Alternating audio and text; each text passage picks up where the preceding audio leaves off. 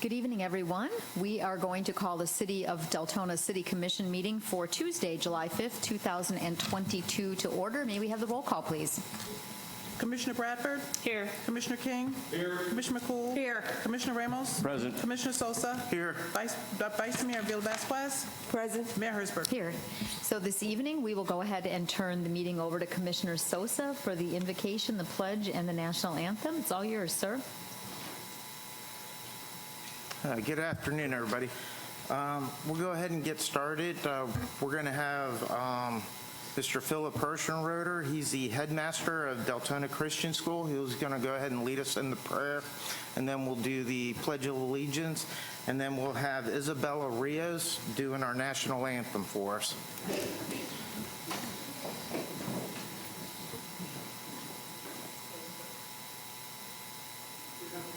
We thank you for this meeting that we have today and for our ability to assemble freely. And we just praise your name for allowing us to have this freedom in this country and in this city. And I pray that you just give the commissioners and the mayor wisdom as they have many decisions that must be made.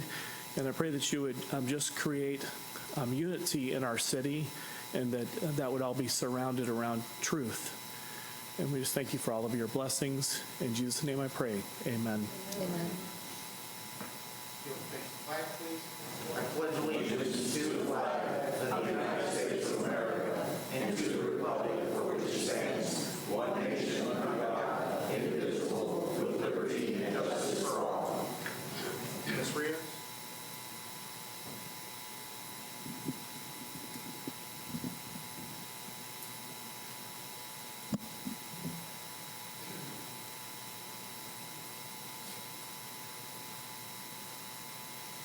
Oh, say, can you see by the dawn's early light what so proudly we hailed at the twilight's last gleaming, whose broad stripes and bright stars through the perilous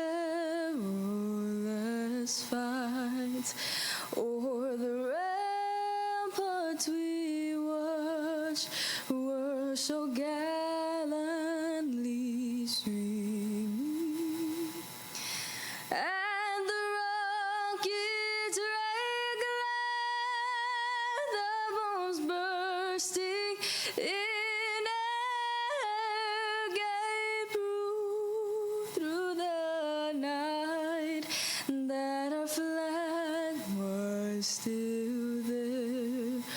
Oh, say, does that star-spangled banner yet wave o'er the land of the free and the home of the brave?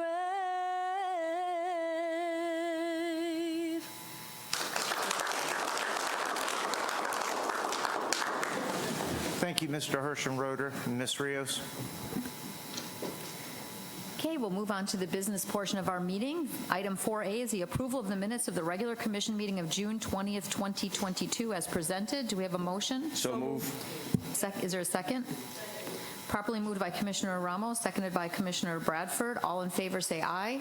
Aye. Any opposed, like sign. Motion passes unanimously. Now we'll get to the fun part of our evening, the presentations, awards, and reports.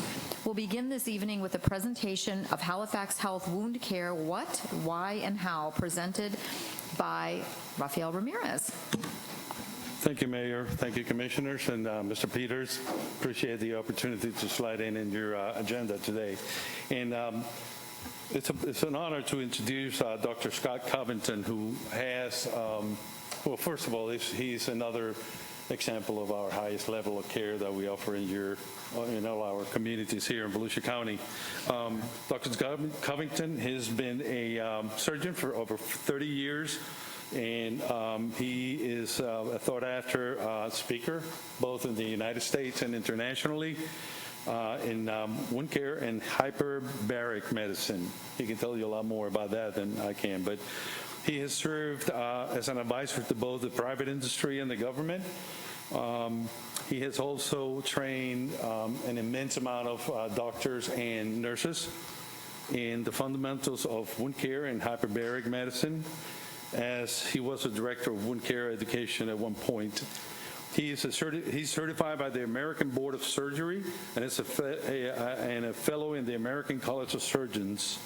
Dr. Covington completed his undergraduate medical education at UNC in Chapel Hill and trained at the University of Texas in Houston in general surgery. And as well, he completed the Thomas G. Cronin Fellowship in Plastic Surgery and Wound Care Healing Research. It is an honor to introduce Dr. Covington, who is here to chat with you guys for a little bit. Thank you. Raphael, thank you. That's the first time that the introduction has lasted longer than the lecture. Appreciate that. Mayor, thank you. I appreciate what you just said, that this is the entertainment portion of the evening. And I'm pretty excited about what I do in wound care. So if it's okay, I've got just a few hours worth of slides that we're going to talk. No, I get it. 20 minutes. 10 minutes. Okay, so we're going to talk about wound care, chronic wound care. What, why, and how. Quick introduction. I think Raphael just handled that in the last 30 minutes, but I'm a surgeon. I do wound care exclusively for Halifax. Okay, so what's the problem? What is this thing called chronic wounds, and how are they a problem? What are we going to do about them? What is advanced wound care? And what are some of the problems that we talk about more specifically? So we'll start at the beginning, realizing that it's a significant problem for us. It's a problem for us here in Deltona. We know that roughly 6.7 to 7 million Americans are currently burdened with a chronic wound in our country. Unfortunately, it impacts us all. How is that? Well, they cost us money. They cost us money for the things that we think, we hope, and oftentimes are successful in executing a positive outcome.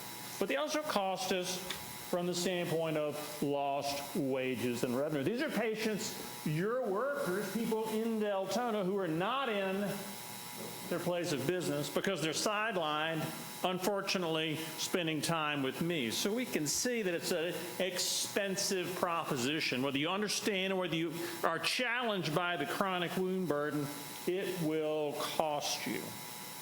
Okay, so what are we going to do about it? Anybody? Neosporin and a Band-Aid, right? Sometimes that works. Sometimes it doesn't. Sometimes it only creates or perpetuates a condition that needs a more significant outcome. So we call the opportunity to provide support for these individuals advanced wound care. So these are specially trained providers, myself as an example, who do nothing but manage patients in these conditions using evidence-based pathways, driving outcomes through a multidisciplinary approach, and then measuring the outcome. Clinical metrics. How are we doing with regard to a decrease in the size of the wound or the condition? And how do we prove that to ourselves and to our patients? And that's really what we're targeting. Wound care centers. Everybody's heard of a wound care center? All right. 10 years ago, they didn't really exist, right? It was going to see your family physician or whomever who knew something or maybe nothing about a chronic wound and hoping for an outcome that you weren't really sure you were going to get anyway. And so the evolution of wound care science and wound care centers has really taken hold. So you can see some numbers here, 300% increase in the number of wound care centers nationally, many of them affiliated with hospitals. Right, we're in the Halifax system. We have the Halifax, Maine. We have Port Orange, and we have a wound care center that is going to be opening in Deltona within the next couple of months. We're very excited about that. And yet we know, despite the fact that there's an increase in the number of venues for care, specifically wound care centers, that we're not reaching the population that we need to. So there are unmet needs, there are unhealed wounds, there's an opportunity for a better outcome with better recognition. Okay, so we're talking a lot about chronic wounds. What the heck is a chronic? Can you show me an example of a wound that you're talking about? Well, I had some wonderful pictures. Unfortunately, they were edited, and that's okay, because it's near dinner or after dinner, and I realize it's not the most appealing. But I will talk about a couple of different wound etiologies, if you'll tolerate me just for a minute. A wound etiology is a wound cause, right? All wounds have a reason. We are, I believe, endowed by our Creator to heal. We were made to do so, and when we don't do so, there are reason or reasons why that's the case. And so my job is pretty simple. I've really become a wound detective. My job is to identify the barriers to healing and work with the patient to manage those so the patient can go on and do what he or she was intended to do. The first wound that I want to talk about is a venous leg ulcer. Venous leg ulcer is quite simply a vascular ulcer in association with venous hypertension or increased blood pressure in the veins. If you've walked through Volusia Mall, anybody seen the big ropey veins in some of our patients? Right, that's typically a predecessor or a precursor to a wound that won't heal. So a venous leg ulcer is a wound in association with large, ropey, leaky veins. That's the biggest bug I've ever seen during my lecture. Goodness. All right. How do we manage that? Well, compression therapy, debridement, various medications can be beneficial, and then wound closure techniques, vein centers. People have been to vein centers and know about vein center ablation, perhaps. There's a number of cell-based therapies, stem cells that we use as well commonly. Do you know somebody who's diabetic? Nobody? This is the healthiest group I've ever been with. Sure we do, right? Diabetes, unfortunately, a very common problem in our society right now. One of the challenges of being diabetic is the propensity for developing a diabetic foot ulcer, which I think of as like the perfect storm of the wound care world. What is that? That's a wound in association with an individual who can't feel their feet. They develop a foot deformity. They have blood vessel problems. It is a big bug, isn't it? Is she running from the bug? I think so. Okay, so I don't feel so bad. Y'all thought I was a wimp. It's a big bug. Think we're going in for elimination right now. Okay. Don't get a wound. So immune impairment, glycemic dysregulation. So they're challenging problems in patients who really can't take a joke. The chief management for a diabetic foot ulcer patient is pressure relief. One of the smartest individuals I ever knew in the wound care world was this guy here. And he said, the most important thing you can do for a diabetic foot ulcer is take things away. Specifically, the poorly fitting shoe, the repetitive motion injury, the impact to the foot. So don't put medicine on, relieve the pressure. In addition, debridement, correcting blood flow, arterial circulation, very important. Optimizing their diabetes, glycemic control, in other words. And then adjuvant therapies or additional therapies, cell-based therapies, and a modality called hyperbaric oxygen, or HBO. And I would love to tell you more about that in a future lecture. Another common etiology we see is a pressure ulcer. A pressure ulcer, quite simply, we know of them as bed sores. So we're going to manage a pressure ulcer. We've got to get our debilitated patients off of their butts. It still happens in the hospital, unfortunately. I was very, very busy around COVID because a lot of very sick people on ventilators for a prolonged period of time could not move. And they developed pressure injuries, and we had to initiate some advanced modalities. But pressure avoidance, nutritional control, continence, moisture control, very important, and then the wound modalities that I had mentioned to you. Okay, so as promised, my lecture was shorter than my introduction. But chronic wounds are a problem. They're a problem for Deltonians. Can I say that, Deltonian? Is that correct? It's a problem. I know because I take care of Daytonians, and they're more Deltonians than Daytonians. So the issue is right here and right now, and I'm excited that we're going to be part of that solution. And with that, I thank you. Thank you, Doctor. Commissioner McCool. Thank you, first of all, Dr. Covington, for taking the time to come out and address. There are a lot of people watching usually, and it's very informative. And can you just speak real briefly about how a patient would get a referral?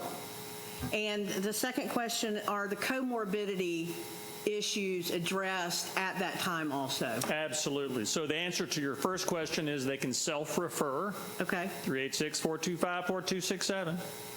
Operators are standing by. You call Ray. Secondarily, they can be referred by their primary care physician or another medical specialist. Again, we're not looking to take care of every single wound. If it's simple and your family doctor can take care of it or you can take care of it, then please do so. Mm-hmm. If you're failing or you're challenged, this wound is not progressing or getting worse, it's time to act. And the second question is, yes, absolutely. If we don't address the underlying barriers to healing, the diabetes issues, the vascular issues, the medical complications, cognitive issues, right? Teaching a patient about their problem, oftentimes very important. So we have to address the underlying problems concurrent with choosing the modality for care. Thank you. Okay, any other questions? Thank you so much. And can you just reiterate when you're going to be opening the wound care center, when that's going to be We're available? looking within 90 days. 90 days? Okay, perfect. All right. Thank you, Dr. Good. Covington. Thank Great you. job. Appreciate We it. appreciate it. Great presentation. Okay, next up we have a proclamation, National Parks and Recreation Month. Commissioner Ramos, in your bailiwick.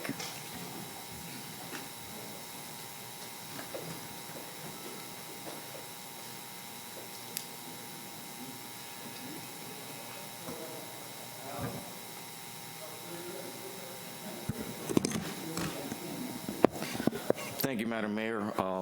At this time, I'd like to have Mark here as well, representing our Parks and Rec. Proclamation states, whereas since 1985, America has celebrated July as the nation's official Parks and Recreation Month, and the United States House of Representatives officially mandated July as Parks and Recreation Month in 2009, and whereas Parks and Recreation promotes physical, emotional, and mental health and wellness through organized and self-directed fitness, play, and activity, and whereas Parks and Recreation facility fosters social cohesiveness in the community by celebrating diversity, providing space to come together peacefully, promoting social equity, and ensuring people of all ages have access to its benefits, and whereas Parks and Recreation services amplify community economic prosperity through increased property values, boosting tourism, attraction and retention of business, and crime reduction. And whereas we observe July as Parks and Recreation Month, the City of Deltona supports the skilled work of Parks and Recreation professionals who help to strengthen the community and connect people with nature and each other and provide opportunities for healthful living and environmentally sustainability. Now, therefore, we, the Mayor and the City Commission of Deltona, Florida, do hereby proclaim the month of July 2022 as Parks and Recreation Month, executed this 5th day of July 2022. And like we like to say here in our city, it starts in parks. So congratulations, Mark.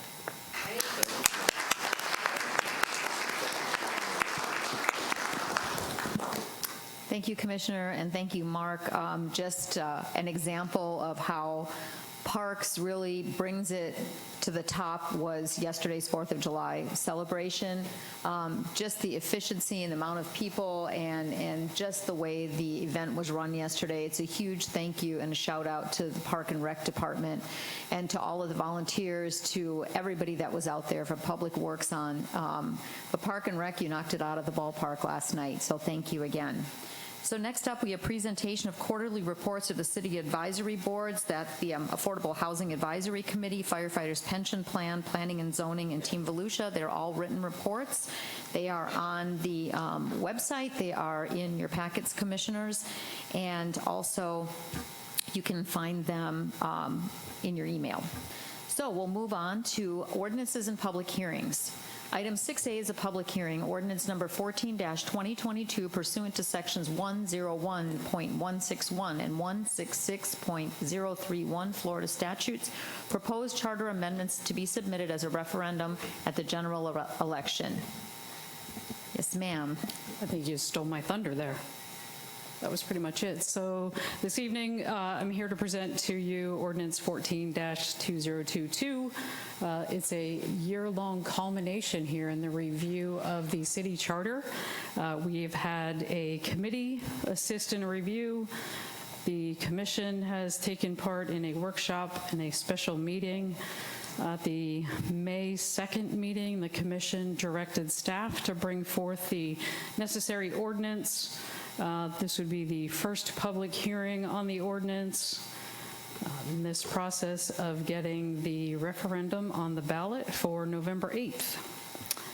In summary, there are no additions or modifications of the charter provisions that are before you.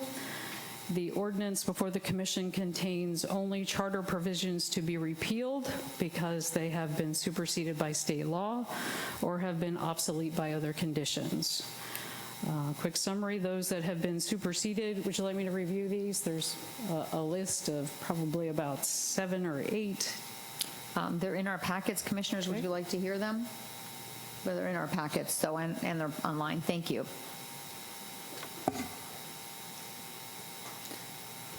You good? I'm good. Okay, Commissioner McCool and then Commissioner Bradford are on the board. Thank you, Madam Mayor. I'd like to address a couple things. One of those things being that, and to just close out the books of where we are with this, we had a charter review committee, right? Yes, and we ma'am. had some missteps, in my opinion, with this process. And missteps being that there should have been a little bit of back and forth, and there should have been an understanding, because there were different understandings between charter committee, commission. I mean, everyone, just by virtue of their roles, had different understandings maybe of what should have gone on, you know. And there are two elephants in the room that I want to understand, lastly, before we vote on this, like where we are at with this. One of those being that we have 2 charter officers, right, that we need our public to be able to discuss regarding the residency requirements, because it just keeps coming up, and I do not know how we put that to bed. So as long as we talk about it, I'm just opening that up, but I need to understand 100% what that is and how that gets to the public to vote on that, right? So if I could hear, okay, I am going to yield the time now, but I need to understand that text. I understand the redundancy. This has been really well written. There's a lot of work that has gone into this. But I need to understand by which mechanics that we settle that with our public, because I keep getting asked about that. And the research that I have done, city after city after city, it's 6 of one and half a dozen of another what a city requirement is regarding charter officers residing in the city, like the feedback that I hear. So how do we, please instruct me, talk to me about how we settle this issue during this process, because it's just been batted around. So I want to understand that. Yes, ma'am. The process is exactly the same that we're going through right now for repealing certain sections within the charter. The commission would go through the same process of putting forth an ordinance that would make the change, getting that put on the ballot for the voters to vote on. It would have to happen at a general election. And before we go to Commissioner Bradford, just to be clear, the discussion right now is on this ordinance for removing all the obsolete items. Okay, Commissioner Bradford. Okay, just for 100% transparency, because I've had a couple questions on this and I want you to explain it. on page 6 under budget appropriations, we've kind of redlined all those out. Can you explain why that and how that was allowed to be? Because, people are thinking that our budget process is going to change. So can you just cover that? Sure.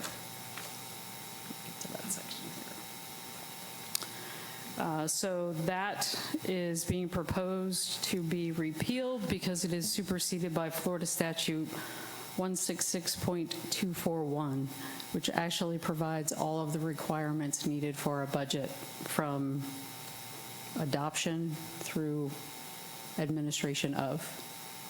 So we actually do have a policy in place for fiscal operations, and we have a little bit of a discrepancy between what's in the statute and what's in our charter currently, so we have to make a little note within our audit every year for that to be okay.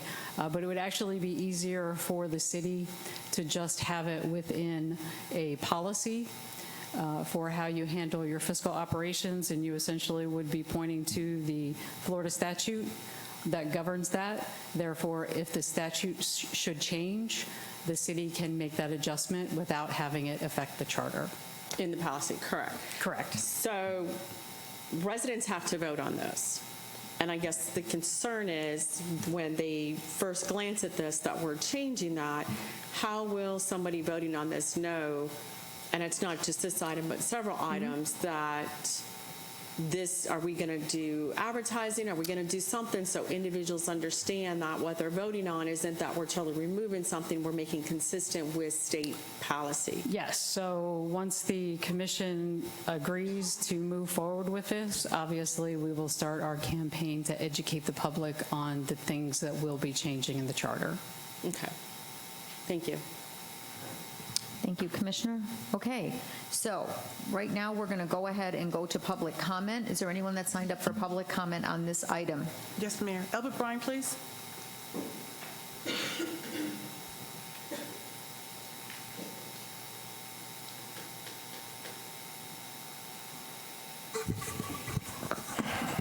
Good evening. Hope everybody had a 4th of July. That was good to them. As a person that sat on the Charter Committee, I have 2 problems with what we just heard. One, Mrs. Bradford actually had to ask what statute pertained to what we're cutting out. Why is that not explained? Is it really that difficult to say, well, we're going to cross out these words because it's under this statute in the Florida state statutes? I don't think it's that difficult to do that, is it? That. I don't have a problem if we have state statutes that supersede everything that's in the budget or in the charter. What I have a problem with is the fact that we're bringing this up, but they're not telling you what statutes actually supersede what's in the charter. What makes it irrelevant? What state statute makes it irrelevant? If I'm going to vote on this, right now my vote's no. You know why? Because you didn't explain it right. That's simple. Real simple for me. So when I look at this, it just says I'm crossing this out because it's a state statute. Well, what state statute? Why is that state statute relevant to me as a citizen of Deltona? I didn't hear any of that tonight. If I'm going to vote yes, or if I'm going to shove this down their throat, then I want to know why. Now, to answer your question, Mrs. McCool, 2 things. One, I did present a way to empower you, the commissioner, to have a manager that is not a resident of the city. But it still says in the charter that he must be a resident of the city unless, and you know, I heard crickets about all the proposals that I proposed, matter of fact. Matter of fact, I was taken literally off an agenda because certain people didn't want to hear a different viewpoint. They wanted to make it their own viewpoint. I find that amazing. I really do. Because some of the things that I proposed gave y'all more power to be able to vote up or down for certain things, which you can't do at this point in time. But I heard crickets, and I'm still hearing crickets to this day about that, which I find funny, because these people out here, they actually have voiced their opinion. They wanted things done. Other people didn't, and I get that too. We're not going to agree 100% on everything, but for you not to even acknowledge that I turned something into you, that, to me, was just amazing that y'all couldn't even acknowledge it. That showed me you don't really give a crap about what happens or doesn't happen. Now, Mr. Kiflo, I appreciate all the hard work you've done. You've done a great service to everything that you put into the committee and in what you've done to this, but explain it to us. Give us what state statutes there are. Y'all have a good evening. Thank you, sir. Mayor, that closes public comments. Okay, thank you very much. So if we move forward with this, there will also be ballot language. The ballot language is a certain number of words, and then there'll be an explanation after that. Correct, ma'am? That is correct. Commissioner Bradford, did you have a question? No, I was going to make a motion. Okay, go ahead. I move to approve ordinance number 14-2022 at first reading and to schedule second and final reading for Monday, July 18th, 2022. The acting city manager has the authority to make correction to Scrivener errors and the like. Properly moved by Commissioner Bradford, seconded by Commissioner King. Marshall, will you read the ordinance, please? Oh, Commissioner Sosa, you're on the board. After she reads the, or you want to? What? Yeah, let him. Yeah, let him go ahead and ask his question. I agree with Mr. Bryant. I'd like to see what statute this is superseding. So I think before the second reading, if we could just put next to everything that's crossed out, what statute, so that I don't have to sit there and spend hours trying to look for it, it would be very beneficial. So if that's something we could do. That was actually provided to the commission and the public for the May 2nd meeting. I can certainly provide you with the same documentation, but it was that document that was reviewed May 2nd that got us to this meeting today. Okay, so those statutes are in the May 2nd notes? Yes, sir. We also discussed all of these in the discussions throughout when the committee brought the recommendations to the commission, and it was also time for the staff to review with you items that they had not discussed, which were the things that were inconsistent with state statute or were obsolete. Okay. Well, I think for a refresher for everybody, if we could have that document placed in the back there for everybody to read for the next meeting, I think would be good. I have no problem with that at all. I just do want to rebut what was said because that information has been provided multiple times. I'm just saying if we could just put it back out there in paper. I have no issue with that. None at all. All right. Thank you. Okay, Marcia? Yes, ma'am. So, yeah. Ordinance number 14-2022, an ordinance of the City of Deltona, Florida, adopted pursuant to sections 101.161 and 166.031 Florida statutes, setting forth proposed amendments to the city charter to be submitted to the voters as a referendum at the general election on November 8th, 2022. Providing for ballot summary and title, to repeal charter provisions which have been superseded by state law or have become obsolete by other conditions, providing for conflicting ordinances, providing for severability, and providing an effective date. Thank you, ma'am. May we vote? Would you like to, you want to read the motion again? Motion reads, I move to approve ordinance number 14-2022 at first reading and to schedule second and final reading for Monday, July 18th, 2022. The acting city manager has the authority to make corrections of Scrivener's errors and the like. Thank you, ma'am. May we vote, please? And the motion passes 7-0. Next item up on the agenda is also a public hearing. Resolution number 2022-13, approval of the City of Deltona Community Development Block Grant CDBG Program Year 2022-2023 Annual Action Plan, AAP. Mr. Paradise, we had moved this to a time certain, correct, sir? Yes, this was continued from last month. Ron Paradise, City of Deltona Community Service Director. Again, CDBG Program Year 2022-2023 Annual Action Plan. Last month, the city staff got some direction from the City Commission on some of the expenditures with regard to the CDBG allocation of $558,000, one of which was to try and find some stormwater projects that could be funded with CDBG money and that were also achievable based on supply chain challenges and whatnot. Working with Public Works, 2 stormwater projects were identified. They both are within CDBG eligible areas of greatest need, and one is located off the Vercelli Street corridor, and this involves the replacement of pipes. It's a smaller scale project, but it is achievable using city crews as well, and that's a $30,000 estimated project. The other project is located off the Pine Bluff Avenue corridor. Again, this is another pipe replacement of existing infrastructure that's worn out and failing. And this again is estimated to be about a $30,000 project.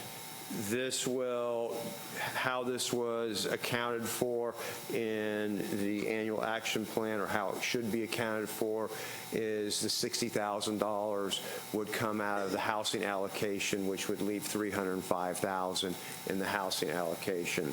There was also some questions about public service funding. There was discussion about allocating more money to the Early Learning Coalition, being as that the city had access to some federal funds known as CARES CV3 money.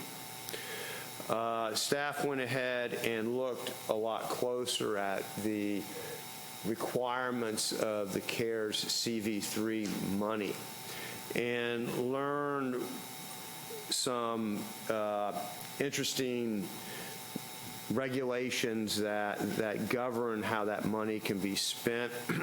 And basically, it can only be spent on needy applicants that can establish that their requirement for assistance is COVID related. And we have needs out in the community that are obviously, both COVID related and non-COVID related as well. With that being said, we outreach to some of the public service providers that we had talked about granting the COVID money or the CV3 CARES money to, and there was question that they could spend, a large amount of money. With that being said, we came back pretty much to the original recommendation, which involved the Early Learning Coalition being funded for $13,000, which is what they requested. And that would come entirely from the CDBG money. And again, as we talked, we can only spend 15%, which is $83,000.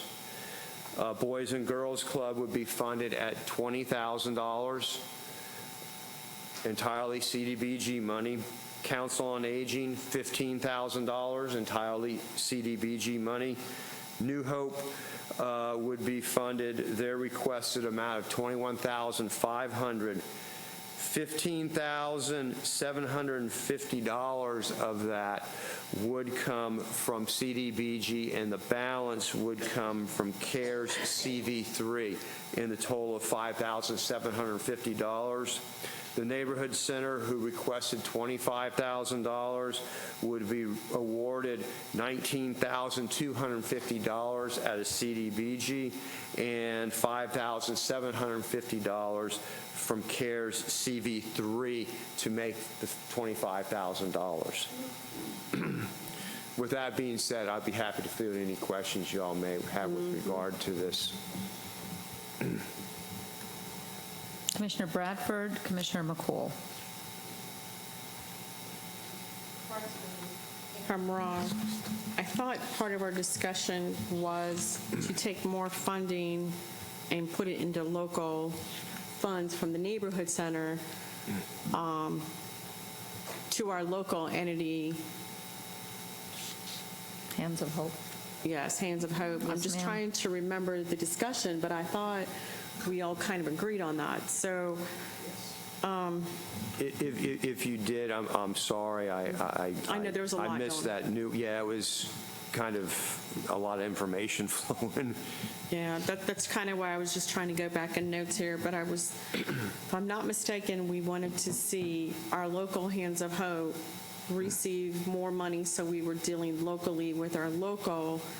But again, that's something that up here No, you're right. we need to discuss. You know, I think it's important that we do provide funding to the Early Learning Coalition. I understand the CARES funds. So the CARES Act money we have to have utilized and spent by September, or is it? We have verified we have 1 year to spend We've that done an money. extension? Yes, we have Okay. 1 year to spend that money. Okay, so we have received an extension. Because I can guarantee we have an organization that currently helps our residents with their rent and utilities, that instead of them being able to pay partial rent, if we could, you know, if you need to get rid of some money to help, I'm sure that we can get it over to these groups that will help us get this money taken care of. I don't know how that sounds, but you guys know what I'm saying.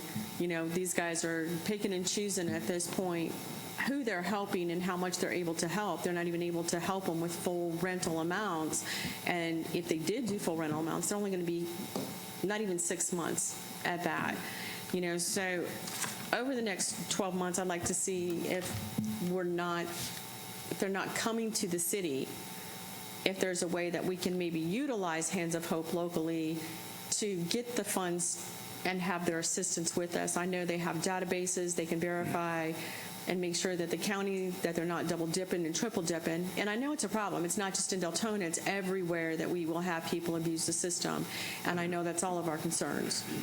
But the concern I have is we're hitting an age where rents are high, and I still see us possibly having a major problem here soon with lack of utility payments and lack of rent payments.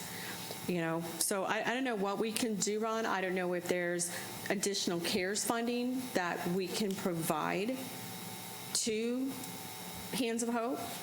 And I don't know what the will is of the rest of this commission.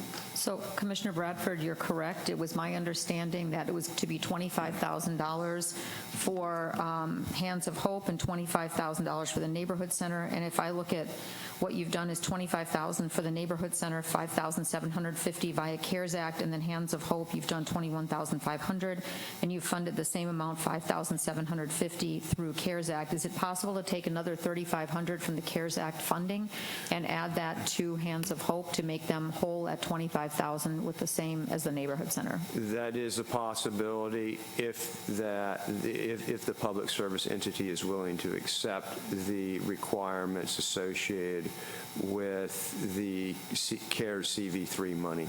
Well, they're already getting $5,750.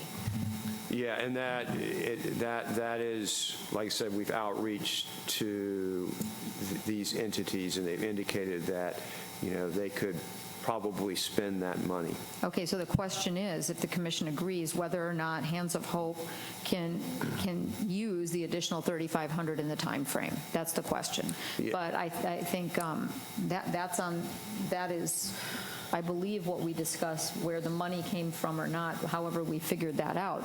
If you take the money from anything else, because the only two entities that can use CARES Act money is the Neighborhood Center and Hands of Hope, correct? That is correct. Okay, And- let's see who else is on the board. Commissioner McCool, and then Commissioner Ramos, and then we'll decide how we're going to do that, and actually bring up the applicant. If the commission has a desire to add that additional funding, we need to hear from the entity to see if they're able to use that money in the time frame.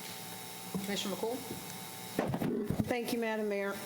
Ron, is my understanding that the Early Learning Coalition was not able to commit to spending the money within those parameters, or being able, what is that nexus there? What is the requirement? And tell me just briefly about that nexus and proving that the necessity stems from COVID. Because I'm pretty sure if we trace back, a lot of stuff can be related to COVID. So can you tell me how that nexus breaks in being able to do that? The Early Learning Coalition has the capacity to spend extra money. There's no doubt about it. The mission of the Early Learning Coalition is not consistent with the CARES CV3 money, which is for rental and utility assistance. Okay. So with that being said, the other entities that qualify under those parameters, right, is there any way to take the actual CDBG money and just bump that up a little bit? I know what we talked about, you know, what was asked for, but what was asked for and what was needed was like a couple of different things. I'm not trying to belabor the point. I'm just asking you to clarify so that when I'm asked about it, can you tell me about that? Yeah, I think I understand the question. Is right now, I think it's important to keep in mind that there is a lot of CARES Act money out there, you know, that can be dispersed. And the word we got back from these public service entities was, geez, you know, that's going to be really, you know, that's going to hamstring some of our operation, and we can handle a little bit of it, but we prefer to be able to facilitate a greater level of assistance. There's needs in the community that's not necessarily COVID related. Does that answer your question, Yeah, it's Commissioner? radioactive money, basically, is what you're telling me. Because it's so limited in what can be used for, that it's really not useful for the purpose of which it is intended, which makes perfect sense to me in the world of bureaucracy. So thank you for straightening that out for me. Commissioner Ramos? Thank you, Madam Mayor. Madam Mayor and Commissioner Anita Bradford, you're correct. The last conversation we had about this, and it seems to be a conversation we have every year, and that's when it comes to the Hands of Hope not being treated the same way as a neighborhood center. And I believe that the consensus on this dice was to make sure that they got the same amount of money that the neighborhood center has.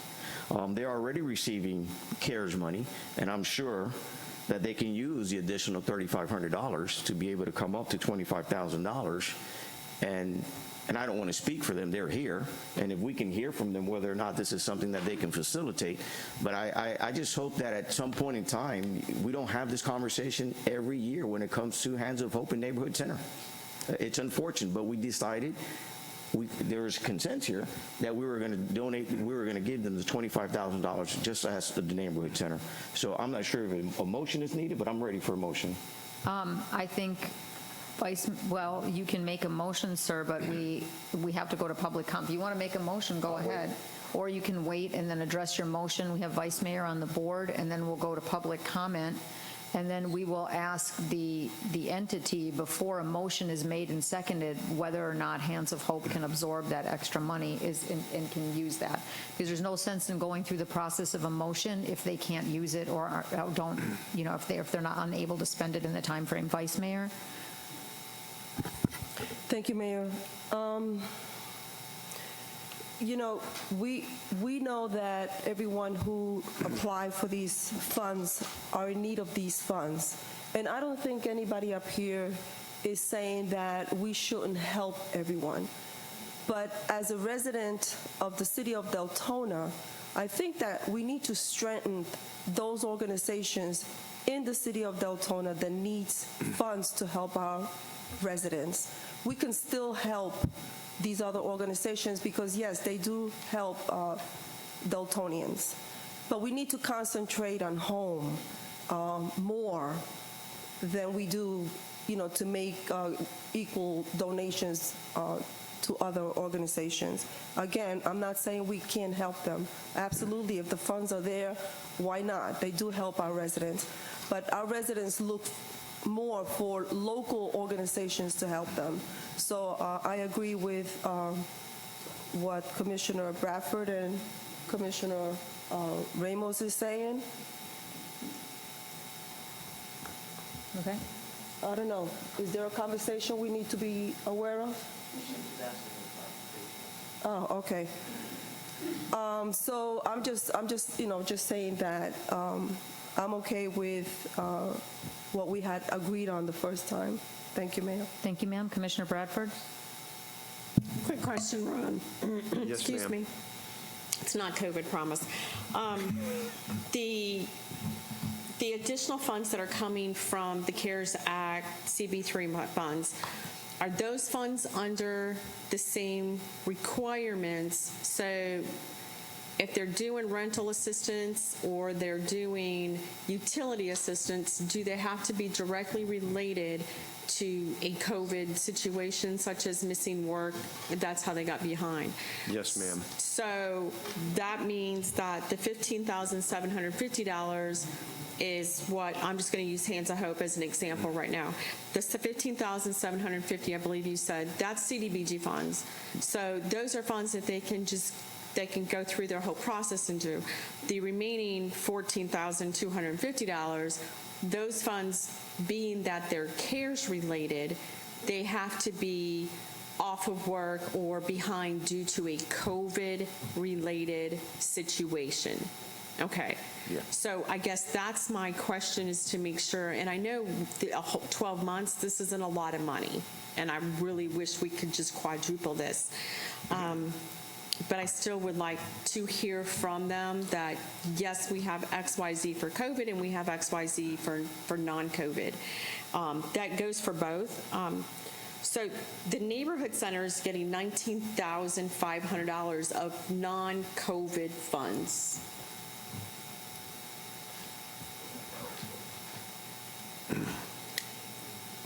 That's hard for me to hear. And I'm going to say why, because they don't have as many restrictions on them. Yet we still have a lot of residents in our hometown that needs assistance that I'm behind, but because I didn't have COVID, I can't utilize these funds. So that's what makes that very hard on me, is now we're still relying on an outside entity out of our city for these funds. Where does that make sense to you guys? I don't know. I guess I need to hear from the applicant whether or not that's going to matter to them because $15,750 is not a lot of money. That's, with rents now, that's only a couple people they can help in 12 months. That's sick. $83,000 really. That's nothing. It's not a lot of money. That's nothing. And I'm happy that we have that much. We need a couple zeros on the end of that to be able to help our residents. That's what makes it hard. So. No, not yet. Commissioner McCool, and then we'll have public comment.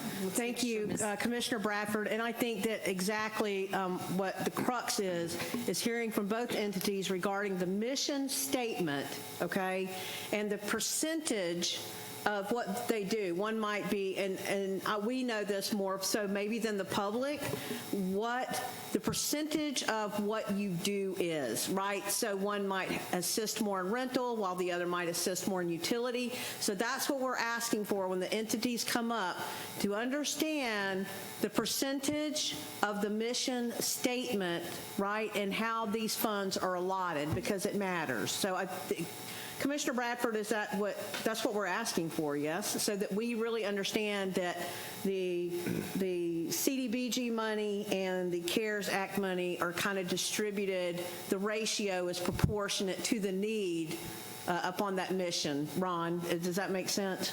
Yeah, I think I understand. Okay. Yeah. Madam Mayor, thank you. You are So I would like to hear from both also. Okay, so let's go to public comment. Evelyn Kraljic, and then Richard Bellick. Evelyn Kraljic, please.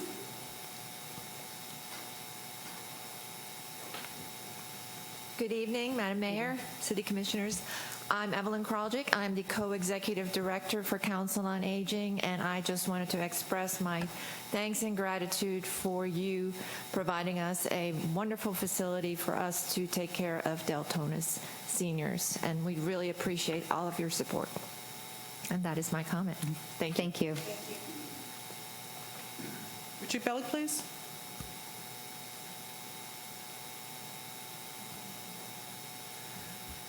It's the year 2022. Now, I've been riding around Deltona, and I see a lot of furniture out on the sidewalks, and there's a lot of people getting repossessed, kicked out, whatever you want to call it. And when people are in need, you help them. No matter what, you don't say, well, we got a budget, you break the budget, you help the people. That's your job. That's why you were elected there, to help the people. To hear this nonsense, oh, we don't want to go here, we don't want to take from here. You take from anywhere to help the people. When them people prove that they're not phonies and they're in need and they're going to be homeless, you help them. You do what you can. Some of these landlords, grab them, say, hey, come on, lower this rent a little bit. We're going to pay it for the people. Give us a little break. We'll catch up with you somewhere along the line. You got to barter with people. You can't just say, oh, I want $1,500 a month, and they can't pay, so they're out in the street. Get somebody. Alexa, you say you got 2 charter officers. I don't think they're charter officers anyway, but you get somebody that knows how to talk to people. And you go to these landlords and you tell them, come on. We're trying to do something here for these people. We're trying to help them. We need a little extension. Bend a little bit for us. I mean, how could you possibly even think about turning your backs on people that are going to be homeless with children and not having a roof over their head? How could you even consider something like that? Say, well, we're going to spend, we can only spend $3,500 for that. This city has a lot of money. It collects a lot of tax money. A lot of it is misused. That's the problem. When are you going to wake up? These are your people. They put you there. See, you're on TV. Everybody on TV, see, look. They're getting to the point now they want to chisel when it comes to helping homeless people. Send somebody to investigate these people. Do they really need the help? Everybody knows there's a lot of chicanery in this. There's a lot of cheating. A lot of people claim they need this, they need that, and they really don't need it. That's why you got to get somebody that knows what they're talking about. Now, somebody said about the electric bills are going up. Sure, they're going up. Everything's going. Look at car gas. I mean, come on, look at food. I went the other day to cook some hamburgers. $18 for the hamburger. Come on. Sausage, I think it was $11. I mean, that never used to be. 2 months ago, it wasn't like that, but it is now. This is the reality you got to face. And you have to always keep in your minds, the people need help. Help them. Don't come with phony stories. Oh, well, we can only spend $19,500 here and let the people go out and sleep under a railroad bridge. Help them. That's why you're there. When you get that in your heads, you'll stop all this bullshit that you're talking. Oh, $20 for this. There's a lot of money in Deltona. Use it on the people. Thank you, sir. Mayor, that closes public comment. Okay, we'll close public comment, and then we will go ahead and hear from Hands of Hope and the Neighborhood Center. But before we do that, regarding the last public comment, the money is community development block grant money that we're talking about. It comes from the federal government. It doesn't come from the city of Deltona. The criteria are that you can only use what percentage, Ron? 15%, Madam Mayor. 15% of the money for social services. 15%. And we get about $500,000, right? Typically, yeah. Okay. Sometimes a little bit more, sometimes Same as the city of Daytona, I'm sorry, they get about the same. City of Daytona, our 15% is $83,000. Theirs is about the same because they get the same amount of money, similar. They only choose to spend $35,000 on social services. The rest they put into infrastructure. This commission, and as long as I've been up here, has always used the maximum of the community development block grant money provided by the federal government. We've used the maximum allocation that we're allowed to for social services, number one. Number two, we have entities, when they use federal and state money, they're required to use something called HMIS, am I correct, sir? Which is the tracking system that everyone is entered into to show that they're not double or triple dipping, as someone up here put it. There are checks and balances in place. We work with the county and we work with the entities, and the entities here work with the county as well because of the same source of funding. And it's a requirement that you do your due diligence when you provide government funding, because government funding is you and me. All that money comes from taxpayers. It's not free, it comes from us. Even if it's a penny, a lot of pennies add up. And it's our fiscal responsibility to spend that money wisely. We choose to take the maximum amount for social services that we're legally allowed to on this agenda item, period. Always have. And now what we're trying to do is add to that by using some of the COVID money where, again, the legal parameters allow us. And it's not that we don't want to, it's what we have to fund on this level. And legally, we have no rent controls. We can't go and negotiate with landlords because that opens us up as a city to massive lawsuits. The best thing that we can do for the residents of Deltona is pass a rental ordinance where we can actually go ahead and look at what the landlords are renting to people so people don't have to live in really crappy houses that no one should have to live in. That is something the city of Deltona and this commission can do to really help those people that are living in a really lousy place. But I digress, that's not part of this agenda item. So it's the commission's will, am I correct, to hear from the Neighborhood Center and from Hands of Hope regarding are they able to spend the amount of money that we have and what their parameters are. So is anyone here from the Neighborhood Center that would like to come up and address that? And I know that Hands of Hope is here as well. Good evening. Good evening. Thank you. Madam Mayor, Commissioners, how are you? Well, so good. So far, so good. There we go. The night is young. The night is young. I don't know if you all got a chance to read the email that I sent on the 28th. Yeah, good. Because that explained quite a bit of what we actually do here for Deltona. And I want to clarify something. The Neighborhood Center does not need this money. We want to distribute this money to Deltona through the various programs that we have, because we have the capacity to not just pay rent and utility, but we have the capacity to operate a program that in the first 3 months of the first quarter of this year that we were able to get, what was it, I believe about $21,000, that we expended all of those funds in the first, the first 4 months of this year, but it only took us 3 months because we didn't receive it until February. So February, March, April, May, 4 months, that we actually spent $21,000, not just in rental and utility fare, but also in what we call the first response to homelessness, which is something that was spawned out of Deltona City Commission as well as many, many meetings about 3 to 4 years ago. A program that cannot be utilized by the CARES funds, a program that in the past 4 months, we have housed over 23 individuals and have the metrics to show that these people are no longer homeless. They were already homeless. We are able to utilize these funds to make their experience, their episode of homelessness brief and short, and get them back into housing as quickly as possible, or reunify them with family members so they did not have to continue to live on the street. We cannot do that with CARES funds. When it comes to the CARES funds, we can spend it all.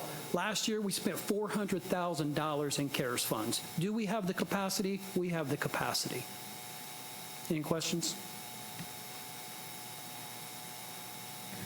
Waylon, if you would, thank you for that. If you would, please, could you explain also that you guys are actually getting reimbursed for the services that you do through the community block grant funding, right? It takes a bit in order for you to get that money back, so you're reimbursed? Yeah, okay? Yeah, we get reimbursement. Yeah, and could you explain invoices about the rapid rehousing or the overnight, the crisis housing situation that we do? What happens from, and you can just briefly, from the phone call to getting the person off the street? Absolutely.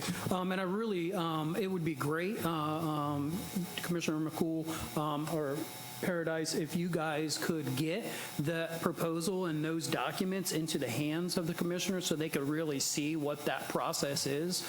But basically what we do is we operate a 24-hour phone line, which we pay for out of our own finances because we have expended. It's in our budget that it's projected out over the course of 1 year. However, we have already expended those funds by putting it back into the community versus paying our cell phone bill. So the neighborhood center is absorbing that cost, but what that is a 24-hour hotline specifically for Deltona residents only, not for anyone else. As outlined in the email that I sent last week or a couple weeks ago, that. And not only that program, but many of our other programs, our domestic violence rapid rehousing program, our joint transitional program, our permanent supportive housing programs, which we have 60 of.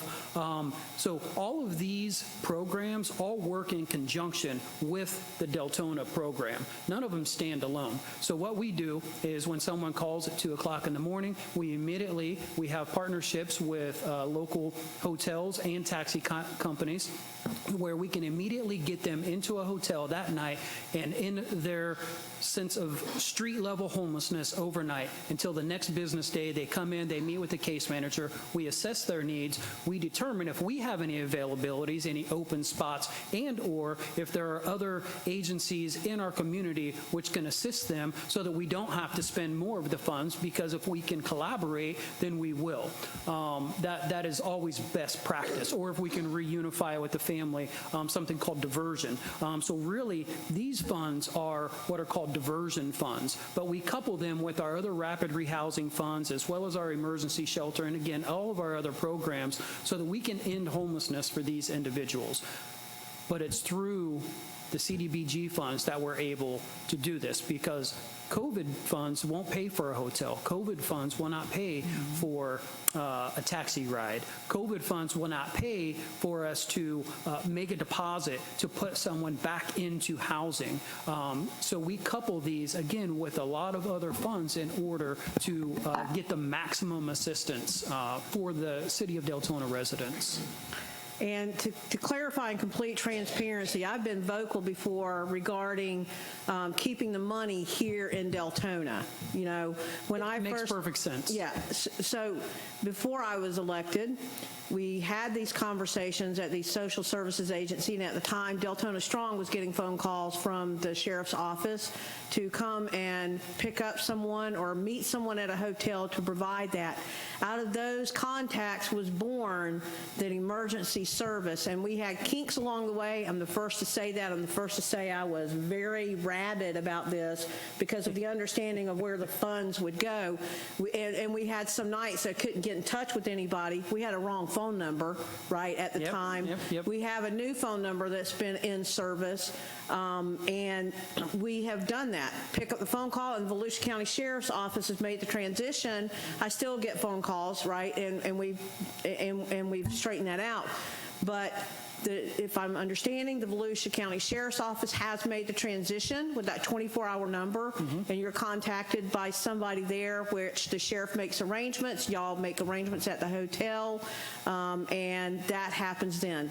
This is what that was born out of. So my reason for clarifying that is that it is my understanding as a commissioner, and when I vote on these funds, that each organization has very independent resources, and both of you have some of the same, but you really do, the weight is one does this and one does this, you know, as far as the money goes. So I want that clarification also. That was one of the biggest pain in the butts, screaming about keeping the money local, and so I'm in agreement, you know, in hearing what the different services are. Thank you, ma'am. Commissioner Bradford, did you want to, or do you want to wait? Okay. All right. Thank you very much, sir. Thank you. Actually, I got a question. Oh, okay. Could you please, for the record, tell us what that 24-hour hotline number is? No. Not off the top of my head. I figured we could just put it on the record for folks I will send it in. Unfortunately, I do not know it off the top of my head. I will send it in an email tomorrow. I apologize. Is it not in the email? Unless you know it? No. Okay, sorry. All right, thank you. I do have a statement. Okay. And I know, Commissioner McCool, you said that it's been fixed, but about a month ago, I got hit up for funds because there was a family on the streets, and they were told that y'all couldn't be reached. So with the 24-hour hotline, define your 24-hour hotline. Well, because I've been told more than on one occasion that they have called and they've reached out and they haven't been able to reach anybody. Yeah. So when I hear that, that's when I start going, okay, what's going on? Right. Did they call the first question, you know, to delineate, we would want to know, did they call the 24-hour hotline? Two, we also have to take into consideration who it is that's saying what. I believe that I heard, well, the gentleman back here that was saying, you know, let's make sure that these people are, do have it. Thank you, Josh. Let's make sure that these people are telling the truth. And I'm not saying that they are or not, but what I am saying is that my 12 years experience in this particular business, I have to weigh out and weed through and filter through honesty versus non-honesty. Dana and I have done that quite often with a lot of these phone calls as well, to where they would say one thing, then we would go back and double back and find out that no, that was not the case. And then once we did bring them in, we were able to assist. So there are a lot of variables involved, but we do have, we have 4 staff 24 hours. And so if someone calls, if they call the hotline, it's unacceptable that no, they did not get through. But if they didn't call the hotline, yeah, there's a possibility that maybe they didn't get through. But we have to know those specifics. So I think there's a delineation that needs to be had. And I don't have the answers to that because I don't know what number they did or did not call. This is a pretty credible source. So, yes, go ahead. He said he has a number. Can he provide the number? Yes. Can you please provide that number? You know, and I know there was a lot more hiccups in the beginning, so I am happy to hear those hiccups have been resolved. Yeah, and we'll be assuming. So what happens when the funds, so I mean, obviously you said you went through what, 400,000 funds, $1,000 in funds of CARES Act. I'm assuming that was throughout Volusia County, not Deltona. That was directly from the feds. Some of it was directly from the feds. Some was from the state. Some was from the county. Okay. Yes, correct. Okay. Yeah. Real quick before I lose this, the phone number is 386-414-1066. Okay, thank you, sir. Thank you. Appreciate it. And now we will hear from Hands of Hope. Good evening, ma'am. Good evening. Commissioners, Mayor, thank you for what you have done for us in times past. And it is a reality that we are in a place now everywhere where people are struggling. We even have realtor companies who don't want to receive funding at this point in time. I've had that just recently. But as of the beginning of October of last year to this point, as far as rental assistance, we have spent $5,387, electric assistance $5,038.59, water $1,228, and another in donation of $450 toward rental assistance from the money that I have received for this particular time frame. Yes, the CARES Act money that looks great, but there are requirements and restrictions that it can be used in. I would gladly receive some of it to make sure that our citizens, our residents here in Deltona are helped, but it can be a problem with them trying to gather information that definitely determines and documents that they have or were affected in some way by COVID. That's the only problem that we have with the CARES Act money. Is there a need? Oh, yes. There's a definite need. Commissioner Bradford? So that was my concern. So with that said, you're only getting 15,000, I'm sorry, I got to look at my notes here. 15,750 of this funds is CDBG. So they need more CDBG funds than they need CARES Act funds.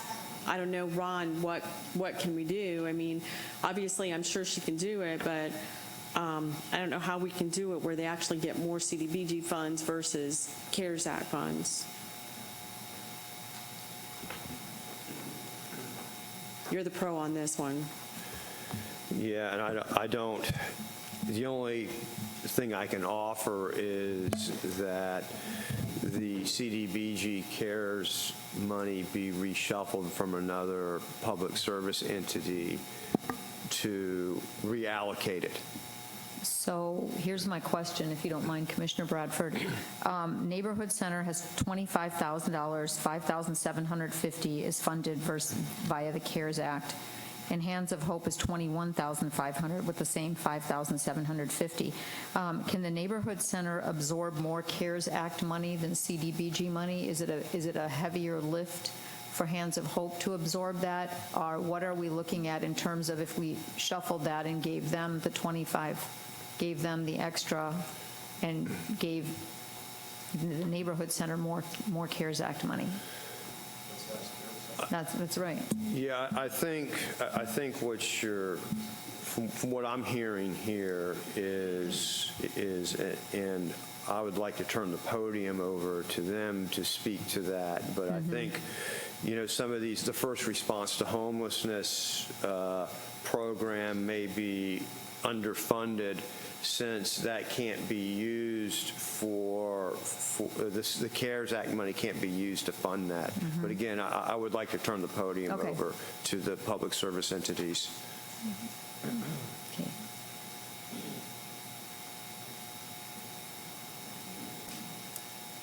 Yes, the Neighborhood Center can facilitate any amount of CARES Act money that you would like to distribute to us. That is not a problem. However, the first response to homelessness program will suffer. End of story. It's already suffering, being that we already depleted all of the funds which are supposed to take us out to September 30th of this year.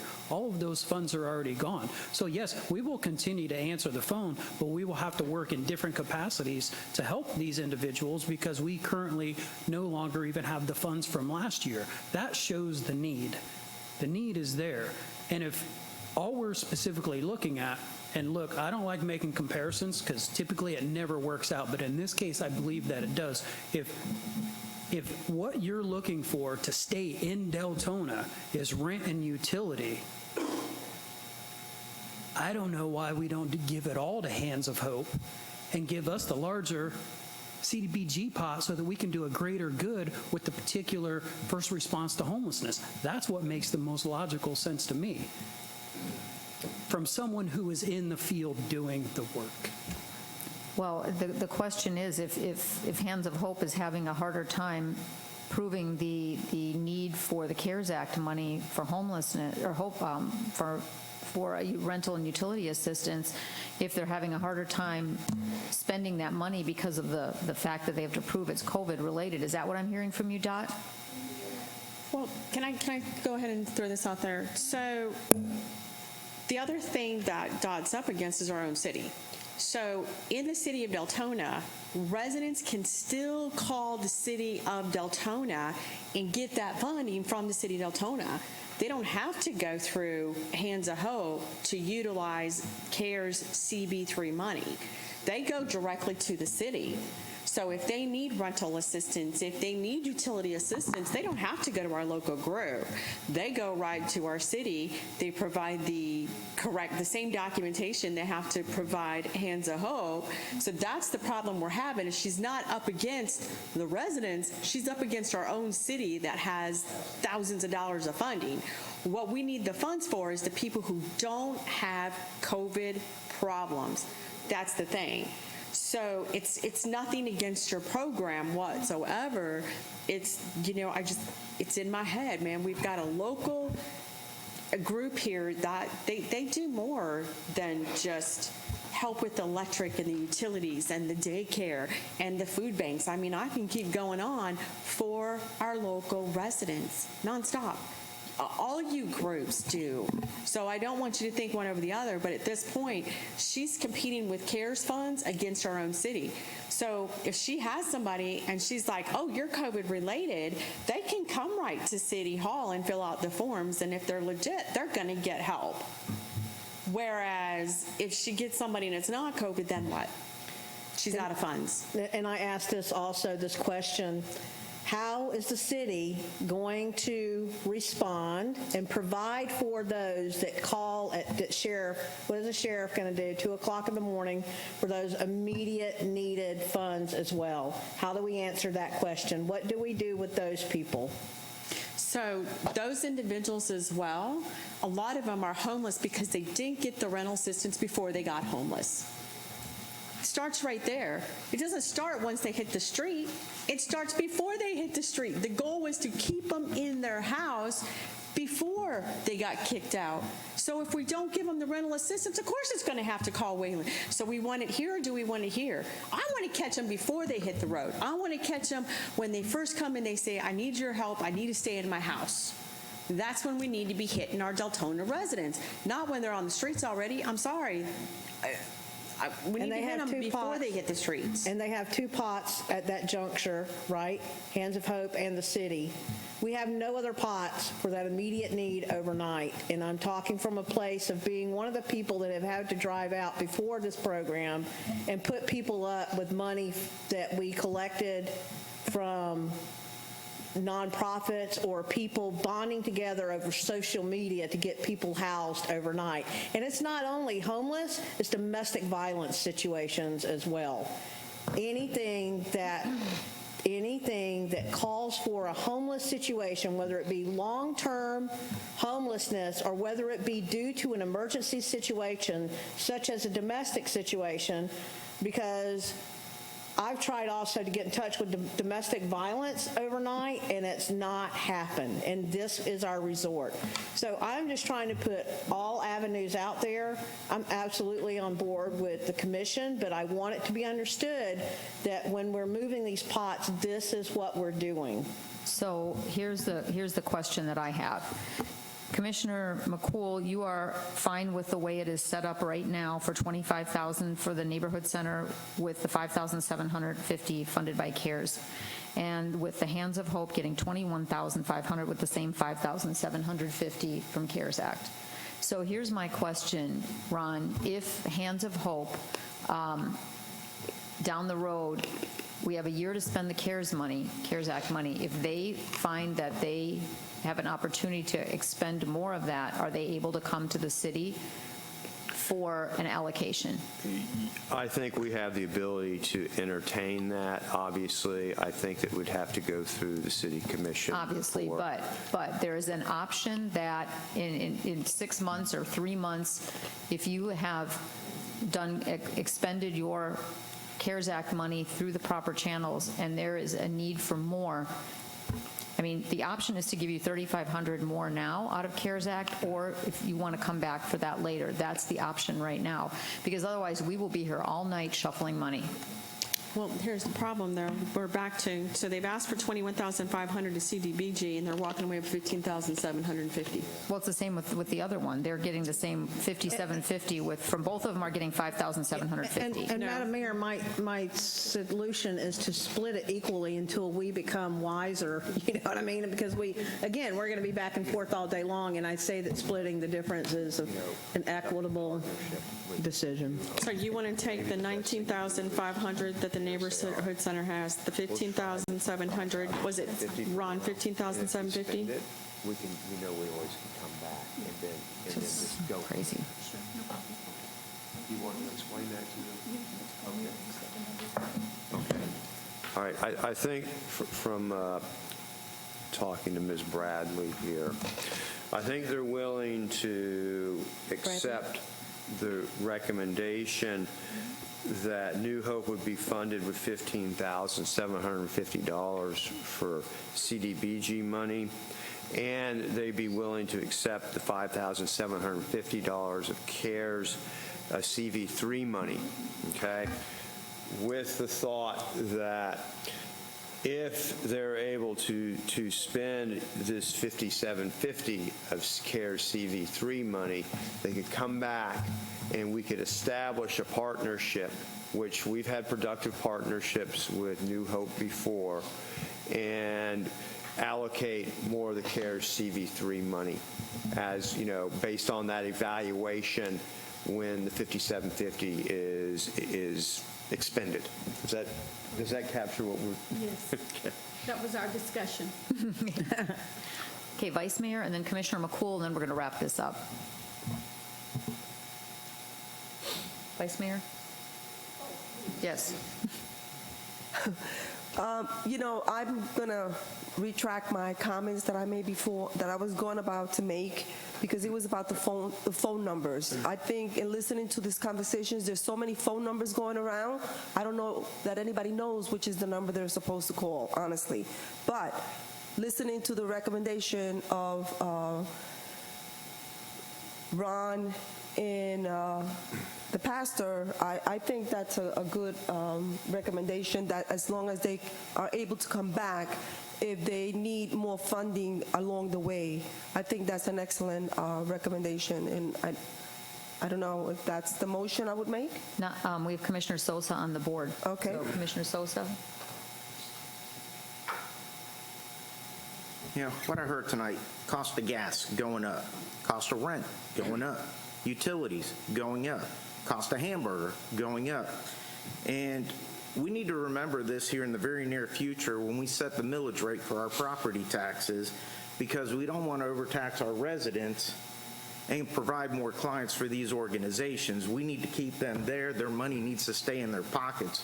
We're going to be setting the trim notice very soon, and we need to remember this conversation then. If we're going to make it tougher for folks by increasing their taxes, they're not going to be able to pay for their basic needs. So, especially folks that rent. Somebody brought up the cost of rent, controlling rent. You know how you control rent? Keep the ad valorem tax down, because rental properties are not homesteaded. So if my rate only goes up 2 or 3%, somebody's going to pay that difference. Last year we had a 9.3% increase. Somebody else ate that 6% difference, and those were businesses and rental communities. Okay? So when a landlord's rent goes up, who do you think's going to pay it? You think the landlord's going to pay it? No, he's going to pass that down to the renter. So we need to remember that here in the very near future when we set the trim notice in the next month or so. Thank you. Thank you, sir. So I'm not going to comment on that, because right now we're talking about budget, and since everything's going up, we're going to have to cut in the city. So look at cutting positions if we're going to do that. So let's go ahead and take a look at what we have. We're good with the way this is set up now, commissioners. Are we correct? Yes. Commissioner, who, you wanted to do it, Madam Commissioner Mayor, Ramos? would it help if I read this again, just for the record?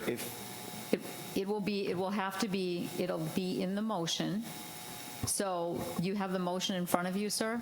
I was going to go over the staff recommendation for the public service funding just one more time. Okay. Okay. Early Learning Coalition, $13,000 from CDBG. Boys and Girls Club, $20,000 from CDBG. Council on Aging, $15,000, CDBG. New Hope Ministries, $21,000 total, with $15,750 from CDBG, and CARES CV3 money, $5,750, and the Neighborhood Center total funding of $25,000, $19,250 from CDBG, and $5,750 from CARES CV3 money. May I correct you, sir? I'm not sure if you said 21,000, but it's 21,500 for Hands of Hope. I'm sorry. Yes, you are correct. 21,500. Okay. So, Commissioner Ramos, you are on the board. Yes, Madam Mayor. I guess I'm just having some, and I want to wrap this up, Commissioner, trust me, but I'm having some difficulties that it seems like, again, we're putting Hands of Hope kind of like behind the 8th ball. They're the ones sacrificing here. I would feel more comfortable. Let's go ahead and I'm not sure who mentioned it up here. Let's add up the CDBG funding of both of them and give each of them $17,500. Give them the CARES Act of $5,750. It brings both of them to $23,250. Because I just don't think it's fair, and I appreciate that Hands of Hope is willing to sacrifice and put this out there. But guess what? They can still then do that. And the same thing with the Neighborhood Center. If they feel that there's other possibilities to spend some of this CARES Act, then let them come back and ask for more. But I just feel uncomfortable that year after year, it seems like the Hands of Hope is always having the one to have to be jeopardized here. That's my only concern. I go with the consensus of the dais. Well, then make a motion. If it fails, it fails. We're going to move this along here. I make a motion to $17,625 if you split the... 23,000, what was that? 17,500 if we split the difference between the 19,250 and the 15,750. 35,000. So you're giving 17,500 to Hands of Hope and $17,500 yes, to the Neighborhood Center. In CDBG funding. And CDBG funding. Plus, each entity gets $5,750 in from the CARES Act. Yes. Okay, Mayor. Gives them a total of $23,250 each. If I take $19,500 and I add $15,750, that's $35,250, and if I divide that by 2, that's $17,625. All right, let me check hold this on. out. Minus 5,750 minus, I get 19,250. Did you, Ron, did you say 15,750 25,000 minus 5,750 Yeah, for New Hope is 19,250. So isn't that 17,625 divided by 2? 25,000 minus 5,750, I get 19,250. Well, no, he said because we're doing CDBG funds, so the CDBG fund is 15,750 For New Hope, for Hands of Hope, and then 19,500. 19,250. I thought you said 19,500. 19,250. Okay, that's where it's at. Thank you. Carry on, Ramos. Well, and remaining with the Boys and Girls, $20,000, Early Learning Coalition, $13,000. Did you have the 5,750 in? Yes, I added that the total amount that each will be getting, New Hope will be $23,250, Neighborhood $23,250, of which $5,750 will be coming from the CARES Act for each. And 17,500 from CDBG funding. Okay. And that would include the stormwater as well. Yes. You got the 60,000. And the $60,000 for the stormwater projects. Did you finish the motion? Second. Okay, properly moved by Commissioner Ramos, seconded by Commissioner Bradford. You don't need to read the resolution. We've been through public comment. Go for it.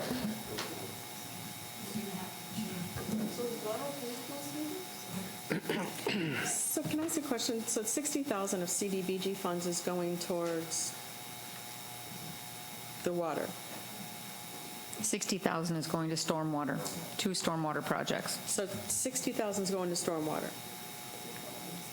So why aren't we taking some money out of the stormwater project? Because you have a limit of $83,000 by the federal government, and we're spending every penny to do on social services. The rest is all on other things. You can't go higher than $83,000 for social services. That's correct. 10-4. We're ready for you, Joyce. Poor Joyce. Godspeed. Who's got the Jeopardy music?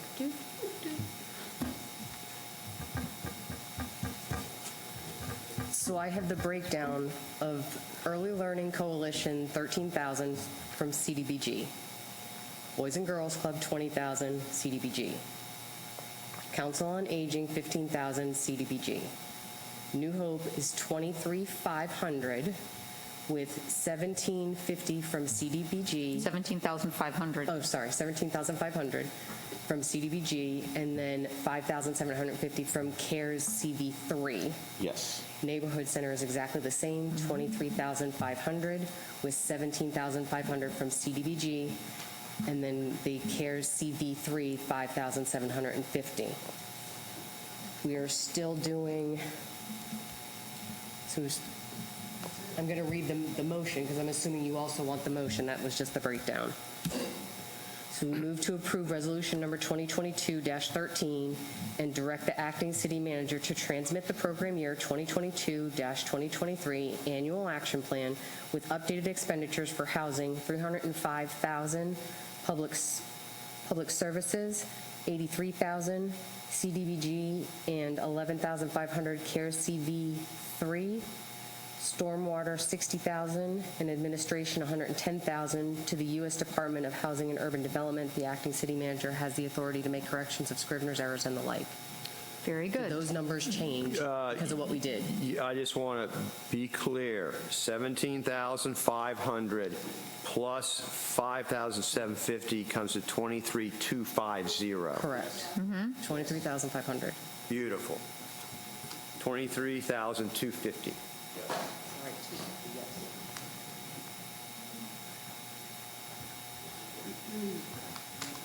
Okay, we're good, Joyce? May we vote, please? Can I ask who made the second? Bradford, Commissioner Bradford.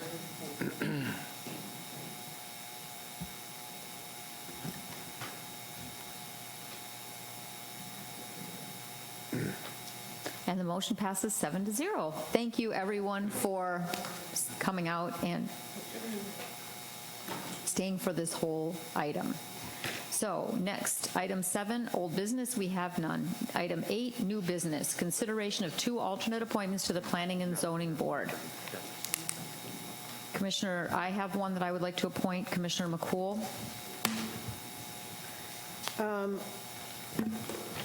Hold on, I need to turn it over to this other page here.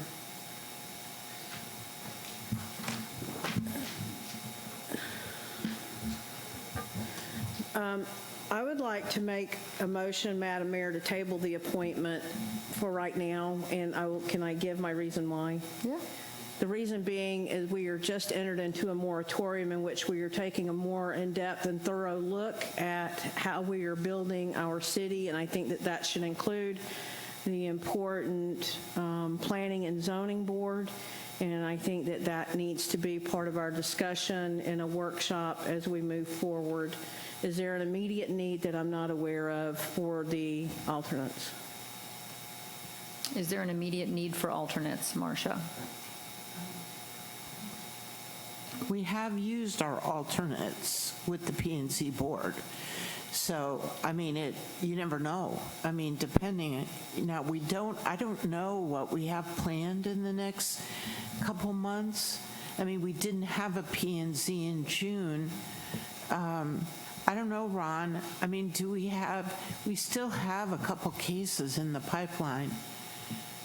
Well, the moratorium is only for single-family RPUDs. It's not for commercial, it's not for anything else. And we may have some mixed use, that are Mixed, yeah. So all I'm saying is we have the need to have the P&Z, Absolutely. and we need to alternates and we have used them and seated alternates on many occasions. I would suggest, too, the Planning and Zoning Board, as somebody I think mentioned here, is going to be an integral part of our scoping, and they're going to be, very, very critical to when the city changes its policies and ultimately updates its land use regulations. So, Commissioner McCool? Okay. All right, then next in line, I would like to go ahead and pass the gavel to the Vice Mayor, and I would like to move to appoint the following alternate. We'll do these separately to the Planning and Zoning Board for a term to expire March 15th, 2025. I would like to appoint Andrea Cardo. Okay, the mayor appoints Andrea Cardo, and second by Commissioner Bradford. Liz, did anyone sign up for public comment for the P&Z board? No, Mayor. Okay, then we'll close the public comment. Okay, go ahead. Okay, close the comments. Can we get a vote, please?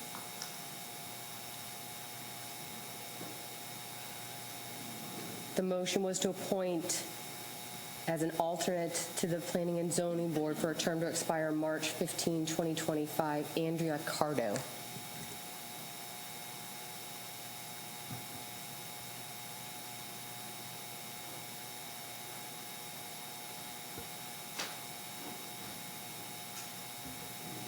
Motion passes. I'll turn the gavel back to the mayor. Thank you very much. Commissioner Sosa? Yes, I'd like to move to appoint Stephen Webster as an alternate to the Planning and Zoning Board for a term to expire on March 15th, 2025. Properly moved by Commissioner Sosa, seconded by Commissioner Bradford to appoint Stephen Webster as the second alternate. Correct, Joyce? Correct. The motion was to appoint the following alternate member to the Planning and Zoning Board for a term to expire March 15, 2025, and that was again Stephen Webster. Okay, may we vote, please?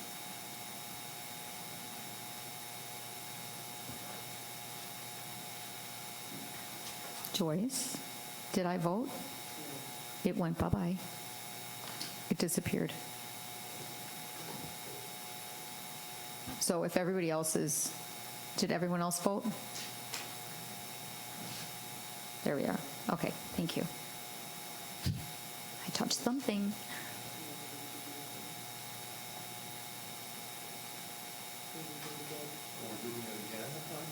Mm-hmm. So this is now 13 votes? Mm-hmm. Okay. Okay, so we have appointed our two alternate members. So we are finished with that. Commissioner McCool and Vice Mayor, you were both on the board. Do you have anything to say about that? Because there were only two to apply, so we've Well, I have a question regarding the appointees for Ron. Ron, are you still following that chart that you put together as to all the applicants that have the qualification required to run for these positions? I know you came up with a really good chart. What we have is a matrix for tracking continuing education credits that the P&Z board members are required to undertake according to Section 1200 of the Land Development Code. You did one for AHAC. So every applicant, this one had the background for real estate, this one had the background for, and that's how it made it much easier for us to see how they qualify to run for these kind of positions. Yeah, the Planning and Zoning Board is not regulated by that type of multidisciplinary attendance or appointment that is plucked straight from state law. It might be considered. It did work very well for AHAC. Yeah, understood. Okay, so we will move on to the next item, which is request item B, 8B, request to approval to award bid number 22037 for meter box lids to Ferguson Waterworks, Inc. to provide meter box lids in the Deltona water system in the amount of $141,350. Commissioners, any questions on this item? For Mr. Danskin. Commissioner Bradford. Good evening. Good evening. I move to approve the award of bid number 22037 to Ferguson Waterworks, Inc. for the purchase of meter lids in the amount of $141,351. The acting city manager has the authority to make correction of Scrivener errors and the like. Second. Oh, that was a chorus. Motion properly made by Commissioner Bradford, and Commissioner King, did you weigh in on that one? Seconded by Commissioner King. Any member of the public sign up for public comment on this item? Liz? No, Mayor. Then we'll close the public comment portion of this item. May we vote, please? Motion reads, I move to approve the award of bid number 22037 to Ferguson Waterworks, Inc. for the purchase of meter box lids in the amount of $141,350. The acting city manager has the authority to make corrections of Scrivener's errors and the like.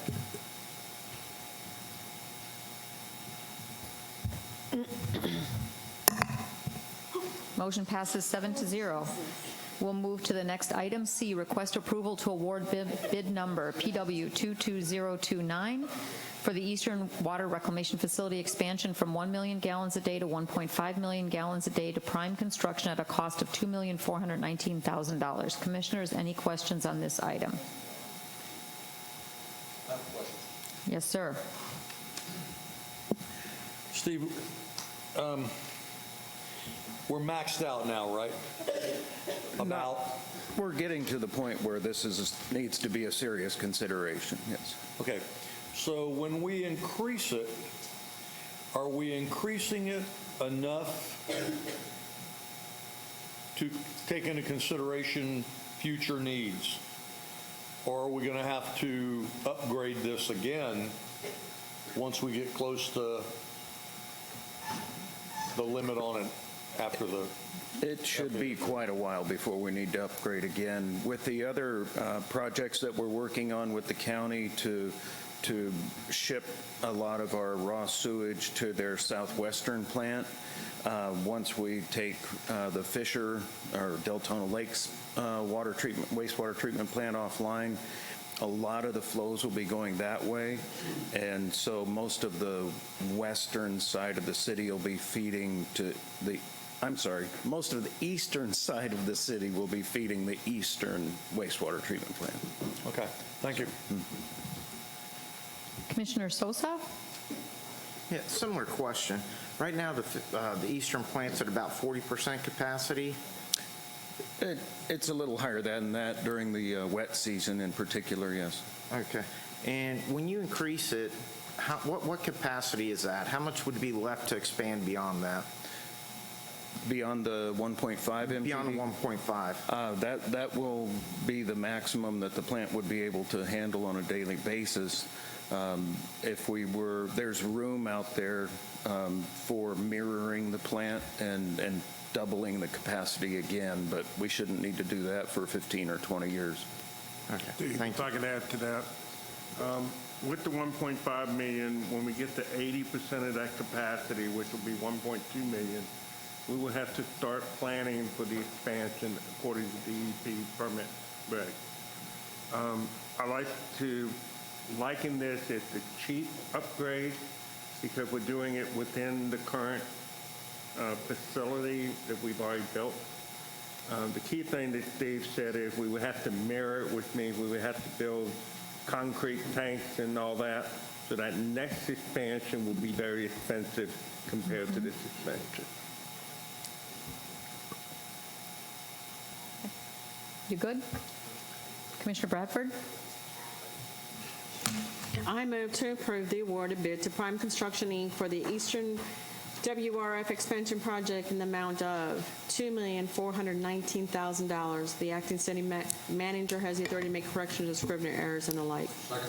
Properly moved by Commissioner Bradford, seconded by Commissioner King. Any public comment on this item? No, Mayor. Then we close the public comment portion of this item, and may we have the motion reread, please, and vote. Motion reads, I move to approve the award of bid to Prime Construction Group, Inc. for the Eastern WRF expansion project in the amount of $2,419,000. The acting city manager has the authority to make corrections of scrivener's errors and the like. May we vote, please?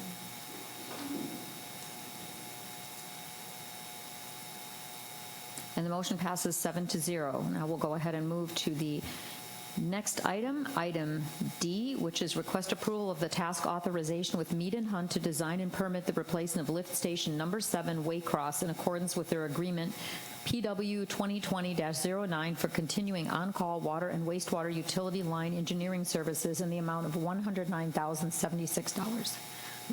Commissioners, any questions for Mr. Danskin on this item? Seeing none at this point, any members of the public asked to speak on this? No, Mayor. And we'll close the public comment portion of this hearing. Do we have a motion?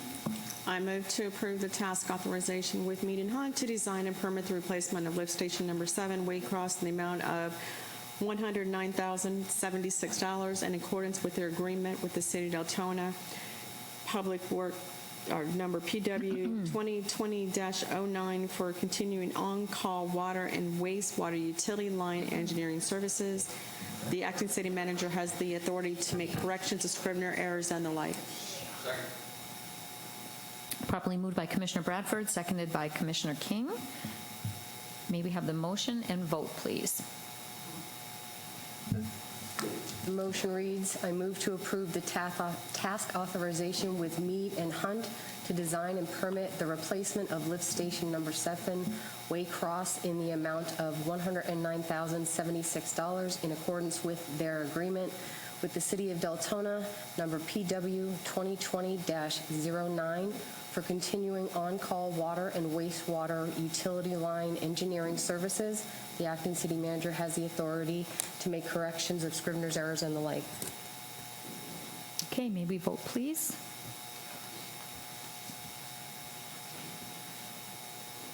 Motion passes 7-0. Item E is a contract change order to increase purchase order 22000093 for code compliance special magistrate by $18,000 and budget transfer of $18,000 for special magistrate services from the law firm Garganese, Weiss, D'Agresta, and Saltzman, PA, rendered for the code compliance education services. Commissioners, any questions on this budget increase due to increased special magistrate activity? Commissioner Sosa. Yeah, we currently have a contract for the special magistrate, correct? We do. And when we did our budget last year, how much did we allocate for the special magistrate? I believe $15,000 for professional services. And now they're looking for another $18,000? Yeah, this would be to carry us through the rest of the fiscal year. We've had a very active year this year. Okay, so we only have about 3 months left in the fiscal year, though, correct? So That is $18,000 more for 3 months? Yeah, I think we are kind of a little bit behind because I think we owe for May as well. So we're a few months behind. And we just want to make sure we had enough money to cover this service. Now, when we contract through them, we're paying by the hour, not by the session? We're paying both $15,000 per meeting and $175 per consultation fee.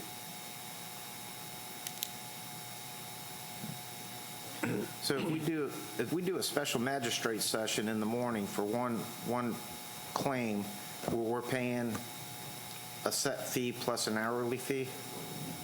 I think we just paid a set fee for that meeting.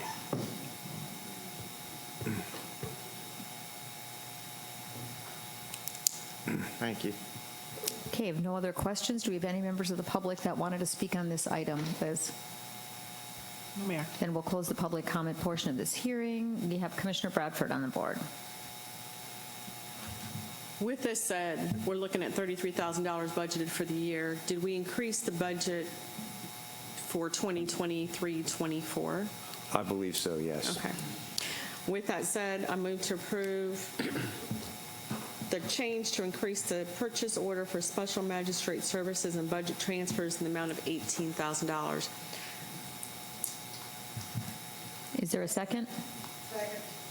Can I also ask you, Ron, are the part of these funds and charges, are they what we are going to also be going back to the property owners and charging them back for? Is this also included in the fees that we're charging them, or no?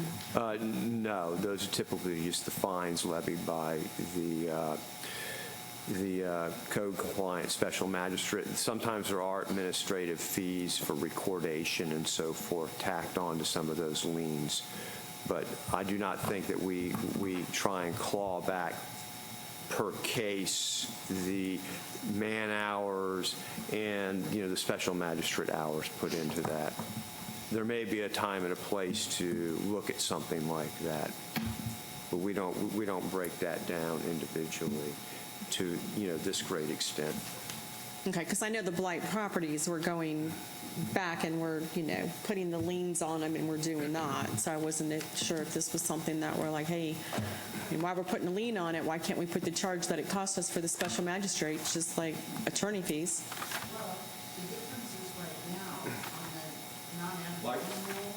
Marcia, can you turn your mic on? I had it on, sorry. On the non-ad valorem roll, that is coming from abatements, and it's direct expenses that the city puts in to remove trash, to do those kinds of things. And there is some attempt to get those expenses reimbursed in some kind of real time. With the special magistrate, a lot of that are liens that go in on homes that are resident-owned, and those liens could sit there for 20 years. So, as far as trying to get any kind of restitution for that type of thing, the time between when you put a lien in place and if they're homesteaded, and after 20 years, you can't recover at all. So, it's very difficult. A lot of the liens we've got sitting on the books are homesteaded properties. So the ones that we're going after and we're doing abatement, I thought a lot of times those individuals are already gone before the special magistrate, and we've hit okay, there's nothing else we can do.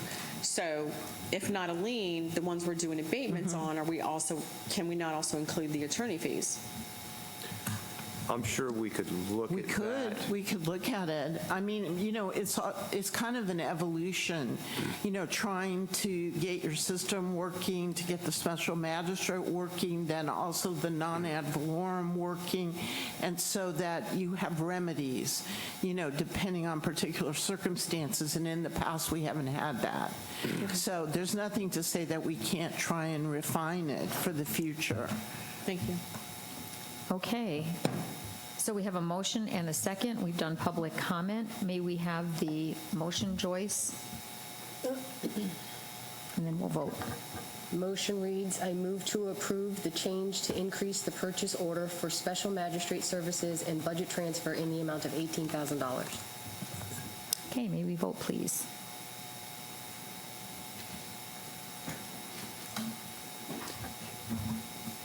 And the motion passes 6-1 with Commissioner Sosa dissenting.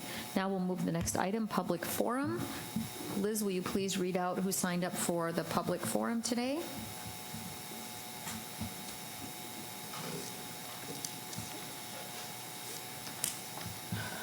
Okay, Richard Bellick and then Jean Gizzi. Richard Bellick, please.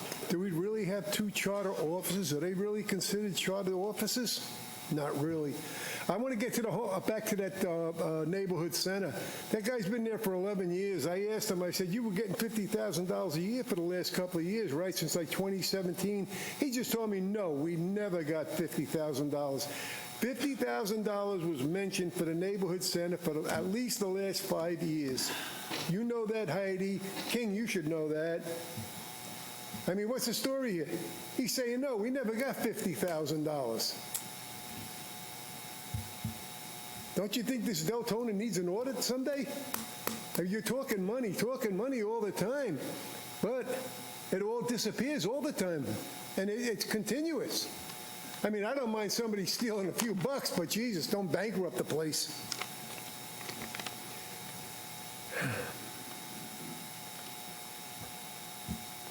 Now, in all these years, Heidi, the budget, right? Now, the Fowler Law Firm, I hear, is taking over $1 million a year, not $720,000, over $1 million a year. I mean, why ain't the public informed of this stuff? I mean, this goes on and on and on, and you sit there and look at me, but yet you can't prove anything. Now, if the neighborhood center got $50,000 a year like it was supposed to, wouldn't there be some record? Couldn't you show the people something? Couldn't you show what Fowler takes a year out of here? I mean, come on, this guy's overpaid. You know it and I know it. He's overpaid. He spends more time investigating me than he does on the city hall business. Come on. Come on, you know he's a washwoman. I wish he was here. I mean, I can't talk about Marcia. She's always been polite. I mean, I can't talk about her. But over $1 million a year for him? Come on, this guy has no talent. He's this arrogant little man that sits there like this. And you ask him a question, he's always wrong. He settled more lawsuits. Did he ever win a lawsuit? Deltona had all these lawsuits filed against it. Did he ever win one? Not that I know of. Oh, they got no case. Oh, but he always settles, doesn't he? Regardless, the amount don't matter. It's the principle. He's supposed to represent the city. And like I said, he spends more time investigating me than he does on the city business. One other thing. 4th of July was very nice. It was very nice. It was really, really nice. But they overlooked one thing. From where seniors had to park their cars and walk to where the tents was, I mean, come on, it was over 2 football fields. You had guys running around in carts and stuff like that. I'm not looking to break their chops. But I mean, come on, give the people a ride. You're there, give them a ride. You talk about old people. I mean, these things, everything is overlooked in Deltona all the time.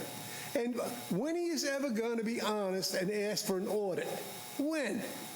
Where you see where this money went. Money's disappeared.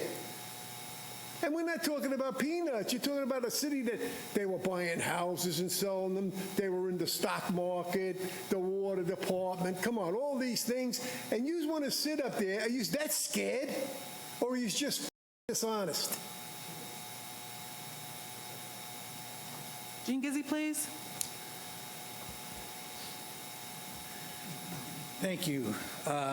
I had a great speech hooked up here, and then I saw the need, the talk about the community block development grants, and I was humbled and moved, like all of you. I could see in your hearts how you want to do what you want to do, and it's just an endless cycle, and these needs just can't seem to be met. So my entire speech is down to twos because you don't talk about the underserved when you have homeless and hungry people in your city. But this is related to that.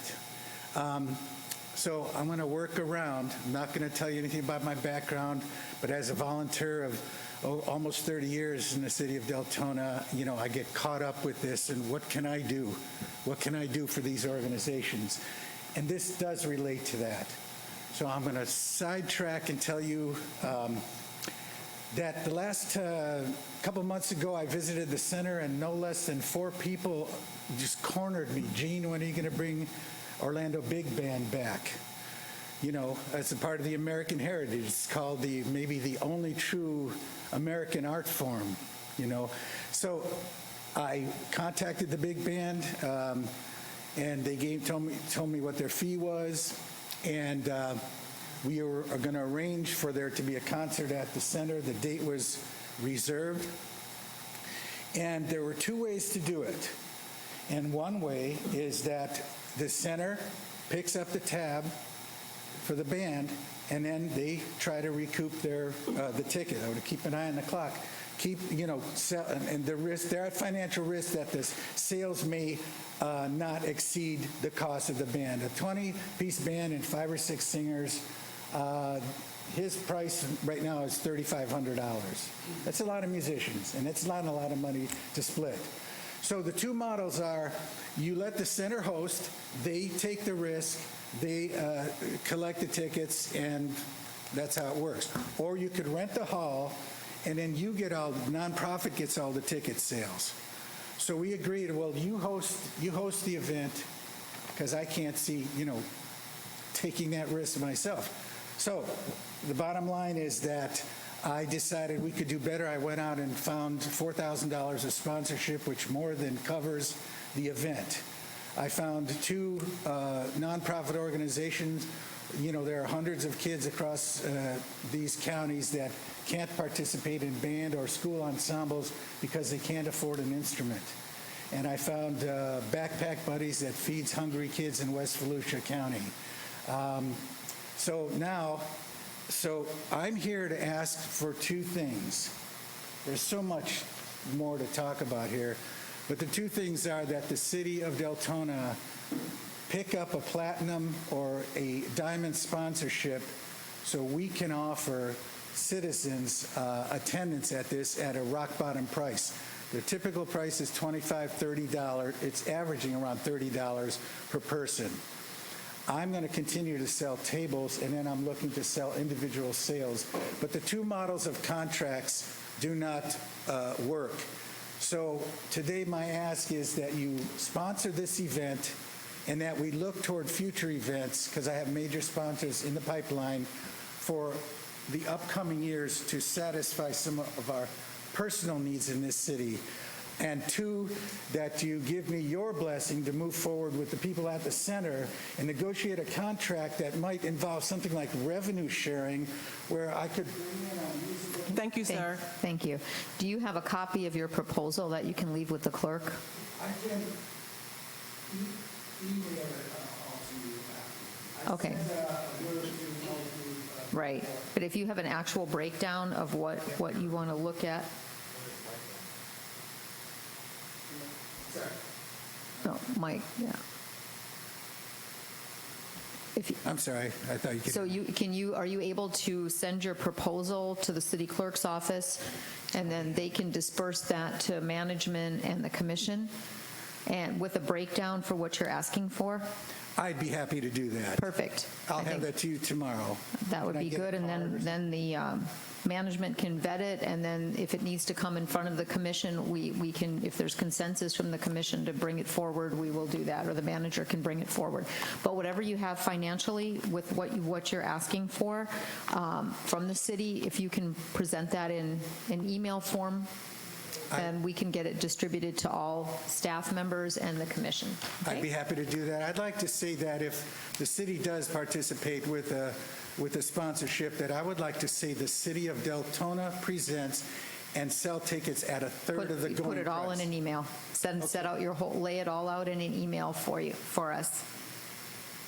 Okay, that concludes the public forum, Liz. Okay, perfect. So we don't have anything on consent this evening, so no comments, no consent agenda. City Commission special reports and requests. And we have Commissioner Ramos. Thank you, Madam Mayor. I just have one with the TPO Transportation Planning Organization. As much as we know that there's been conversation about the lack of truck parking that we have here in the county, the closest one that we have is over at Sanford. I'll say the good news is that I know our area is being considered for a truck parking spot, but that location has been moved further north in Daytona Beach. So I don't think we're going to get as impacted, but it's good to know that we're finding a solution for truck parking as it relates with the TPO. Thank you. Okay, Commissioner King. Yeah, I got something. Back in June, there was a letter that was received by Mick Cotton addressed to the director of the museum. Veterans Museum, correct? Veterans Museum, yes. And that letter was a notice that a certain individual had passed away and had left some money to the museum. Mick gave that letter to me, and I gave that letter to Mr. Fowler to check with the insurance company and see exactly what they were doing and what the beneficiary was supposed to be getting. Mr. Fowler finally got back to me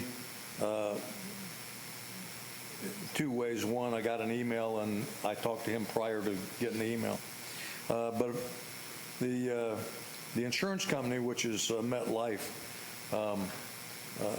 made indication that this individual wanted to give a donation of $1,679.35 to the museum. Mr. Fowler suggested that I bring that forward to the commission for approval. So I would say that the money was supposed to be going to the museum, and they should be able to spend that however they see fit at the museum. I don't think we need to tell them how to spend the money. I don't know what the money will be spent on at this point, but you know, the museum runs on donations anyway. So I don't know if this is the time to do it or not, but I would like to move that we, when this check does come in to the city, that it is turned over to Mick Cotton, who is the director of the Veterans Memorial Park Museum, for their use in VSEP and through the museum. So that would be my motion if I don't know if there has to be a... I'm going to defer to the city attorney. Marcia, I understand why Mr. Fowler wanted this formalized, because it needs to be for transparency and for the record. Yes. So is Commissioner King going about this? Does he need to ask for consensus? Is there a motion? He needs to make a motion? I think he can just make a motion. If someone will second it, you all can vote on it, and it's done. Second. Can I ask a question? Yes, ma'am. Go ahead. So how did we do this when we received, I mean, we've received donations before from individuals when they passed. Yeah. How have they been handled, and do we have a policy on that? I don't know. Because I know when we received a donation, that's how we got the money for the center. But that was very specific. It wasn't to the city of Deltona. It was done to the, it was done half to the Council on Aging, half to the Salvation Army for activities for seniors in Deltona. It was never given to the city. It was given to the two entities so that they could provide something for the Deltona residents. You know, since I've been working for the city, I have not handled something like this, so I'm not familiar. And I also don't know exactly how the museum works.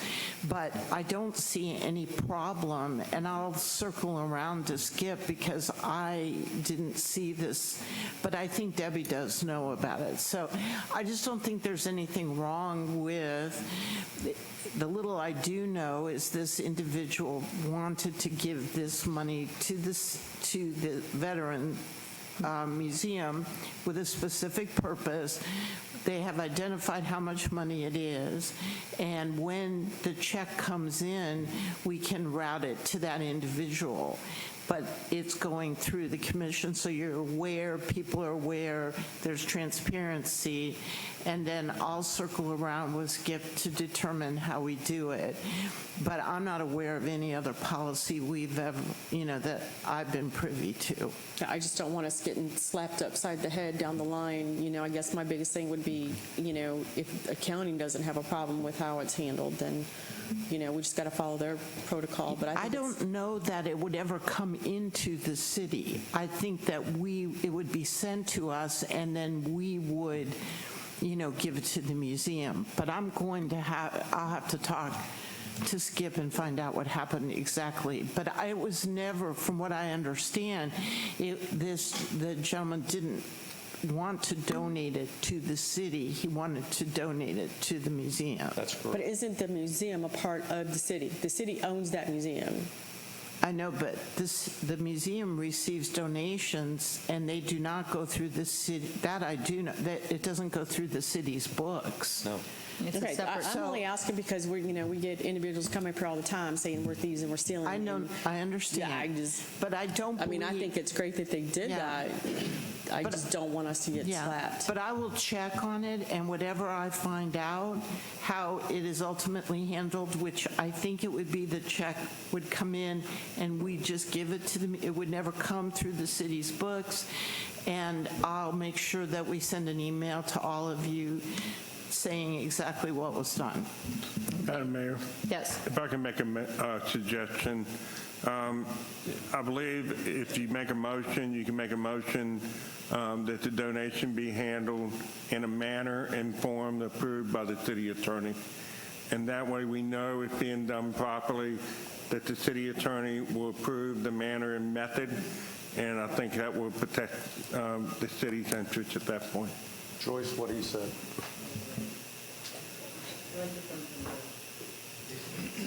Are you good with the seconder? You're good with that? Okay, so we'll give Joyce a minute to finalize the motion. Let us know when you're ready, and then we will vote on this.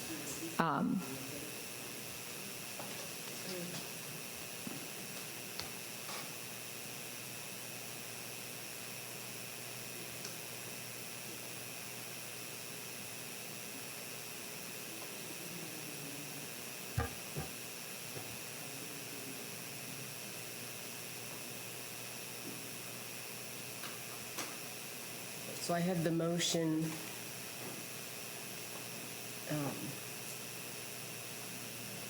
that the donation be handled in the manner informed by the city attorney.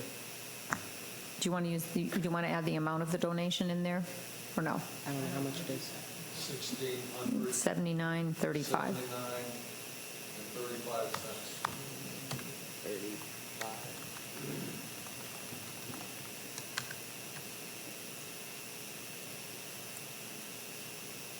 That the donation be handled in a manner informed by the city attorney in the amount of, is it $1,679.35? Do you want to specify that it is to be donated to the Veterans Museum? Or no, Marcia? I think it's really clear from the beginning in how the bequest was made. Okay. Okay, if you're good, Joyce, then we'll go ahead and vote.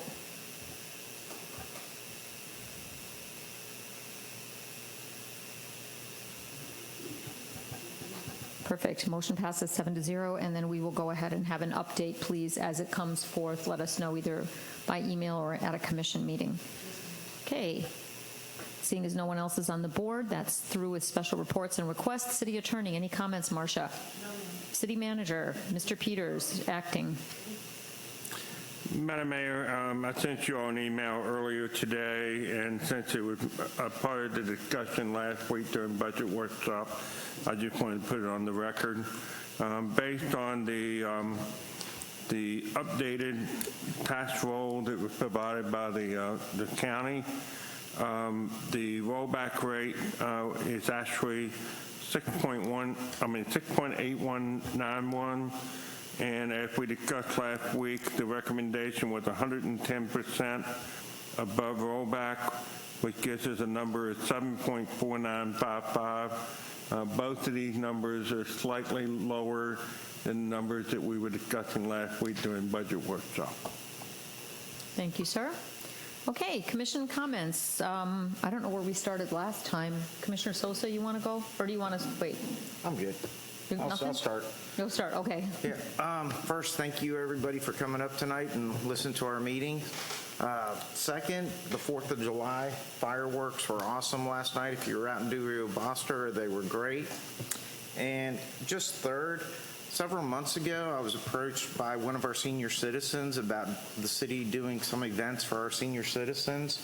So myself, with several sponsors, have decided to hold what is going to be a senior dance. And we will be doing this dance at the center in Deltona, which is at 1640 Martin Luther King Boulevard. And the dance will be on July 16th, which is a Saturday, from 4 p.m. to 7 p.m. We're going to have music, dancing, and refreshments, and a cash bar. It's open to everybody, but it is going to be geared towards our senior citizens. So I encourage everybody to come out and just have a really good time. Thank you. Thank you, sir. Commissioner Bradford? What time's happy hour? Is that like at 2? At 4. Because you know at the Villages they start like what, 11 to 2, something like that? I'm just saying, not that I've ever been there. Let's just clarify that. Okay. Sure. Let's answer a couple questions here. The neighborhood center received $50,000 a year for the last 5 years. That $50,000 did not go to that group. It went towards the, I want to say, infrastructure capital. So when it was being built, there was a meeting done by DeLeon saying, hey, we want to do this for Volusia County, and ask neighborhood cities such as Deltona, would they contribute XYZ for 5 years? That went towards building that location in DeLand, so it didn't necessarily go towards that specific group, if that makes sense toward, to the question. So I do understand your concern. If somebody said, hey, where did it go? It went towards actually building the bridge. I believe that's what it's called.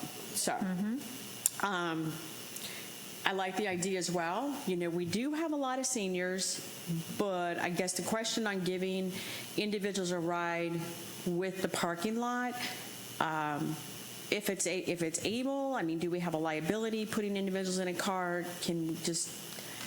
You want to just check on that and see? I mean, I know it's like one of those hard things. I'd hate to say, yeah, we give somebody a ride and then something happens and then we're now held liable, but it is a pretty decent distance to walk with parking wise. I understand that, and it's can be a little unsteady for somebody, that's not steady on their feet.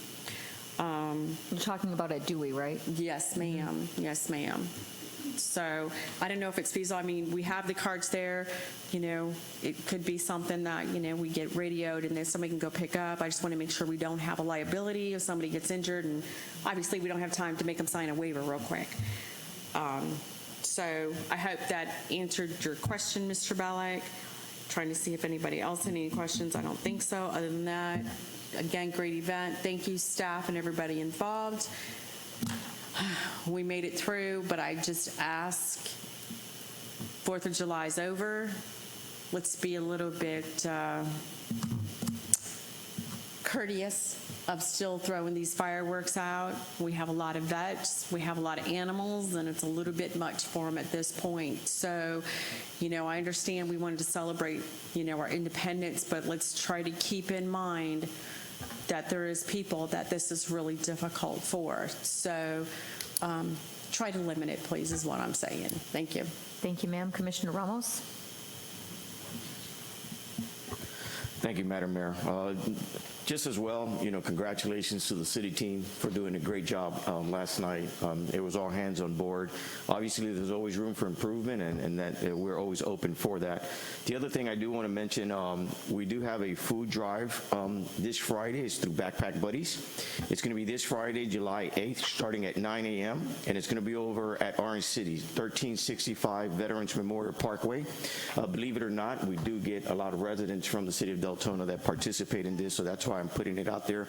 Again, there's a food drive-through, Backpack Buddies, this Friday starting at 9 a.m., and that's at 1365 Veterans Memorial Parkway. Thank you. Thank you. Commissioner McCool? Thank you, Madam Mayor. First of all, congratulations to the staff, Parks and Rec. It was indeed a great event. Y'all worked and sweated, and you were magnificent. So many people enjoyed the event, so fantastic job. The fireworks show was awesome. It was truly a great event, so thank you for that. Second thing is reminding you that over in the next 2 weeks, you'll be getting some information regarding Community Service Day, which will be held August 6th. at the center from 8 a.m. until 12 noon. And we will have 25 to 30 of our community service partners, United Way, Family Health Source, Halifax, Advent, will come out and will do a tour around the center, meaning that they will be providing services, HIV testing, legal services, free legal services if you might need it. There will be blood pressure monitoring, blood sugar testing, and there'll be for every age group out there. So please come join Community Services Day. I'm really proud to announce that our sponsors have stepped up to join this project. So it'll be held on August 6th from 8 a.m. until 12 noon at our beautiful center. The last thing I have is, due to the overwhelming renewed interest in girls' and women's reproductive issues, I will be highlighting a new opportunity every month for the public to participate and help out with those issues for girls and women, because the public is so interested in those. The first I would like to introduce for the month of July is from Good Girls Initiative, Inc., and it's called the Oopsie Project. And if you notice, you have an Oopsie bag drop here. There are some on the back, and what this is they collect feminine hygiene products, menstrual products, through Oopsie Bag. They place the products in cosmetic bags and deliver them to Volusia County schools for young women that might need them. One of the events that they are having is going to be a stuffing party, which will help facilitate the distribution of those bags on July 22nd at 6 p.m., and that's at the Coronado Civic Center in New Smyrna. Remember, we're servicing all young ladies in the county, so if you get an opportunity, come out and participate. It will be your chance to really get involved in girls' and women's reproductive issues. So come out and join us. Thank you, Madam Mayor. Thank you, ma'am. Commissioner King?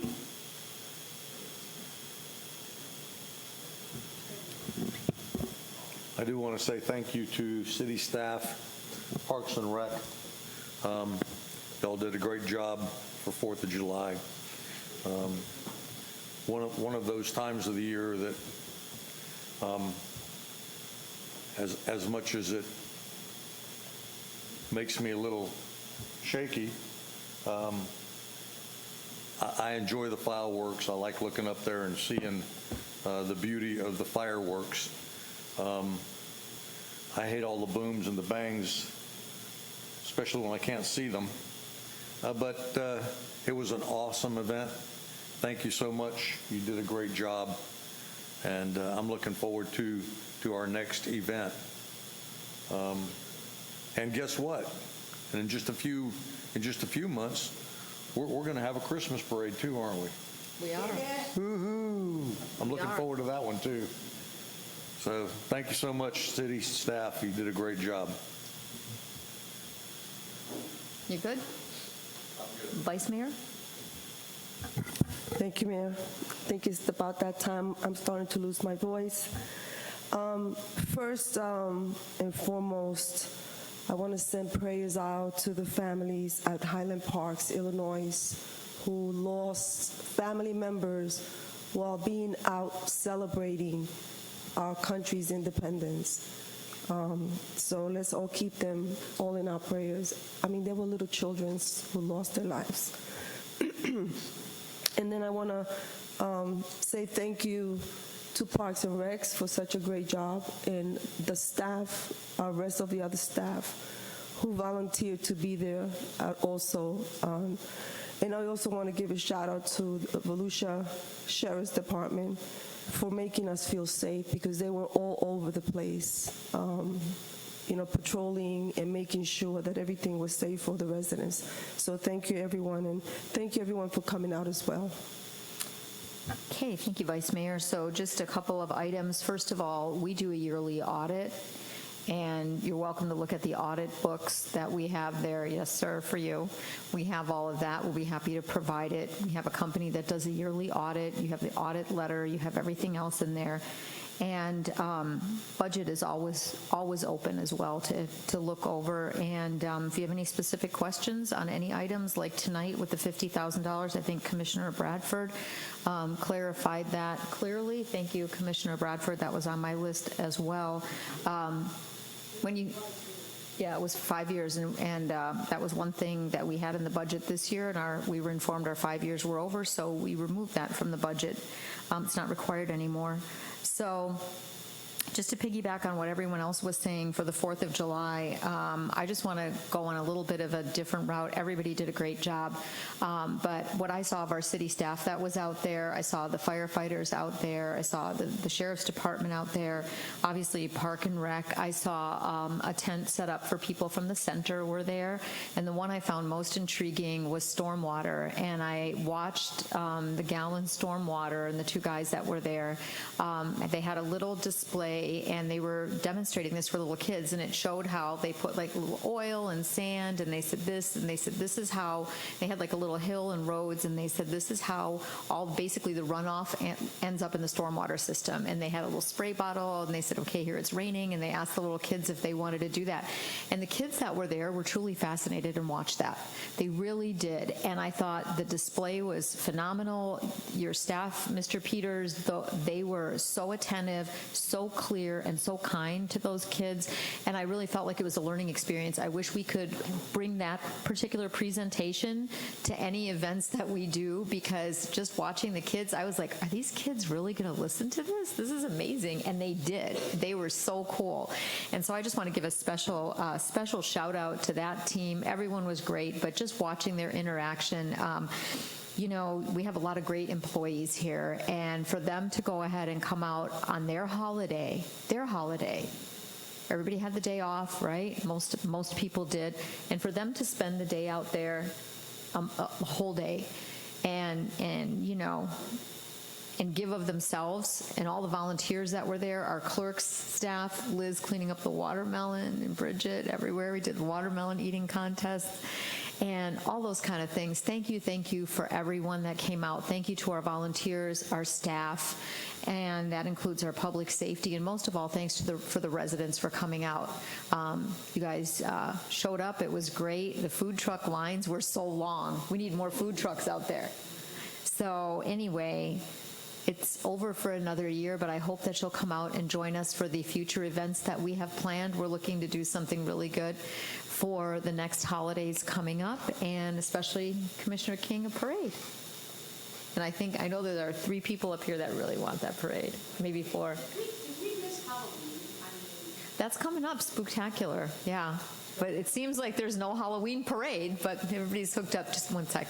So anyway, that is Halloween Spooktacular. We were just talking about all of that in the budget. So yeah, we have bacon and brews coming up. A lot of cool stuff.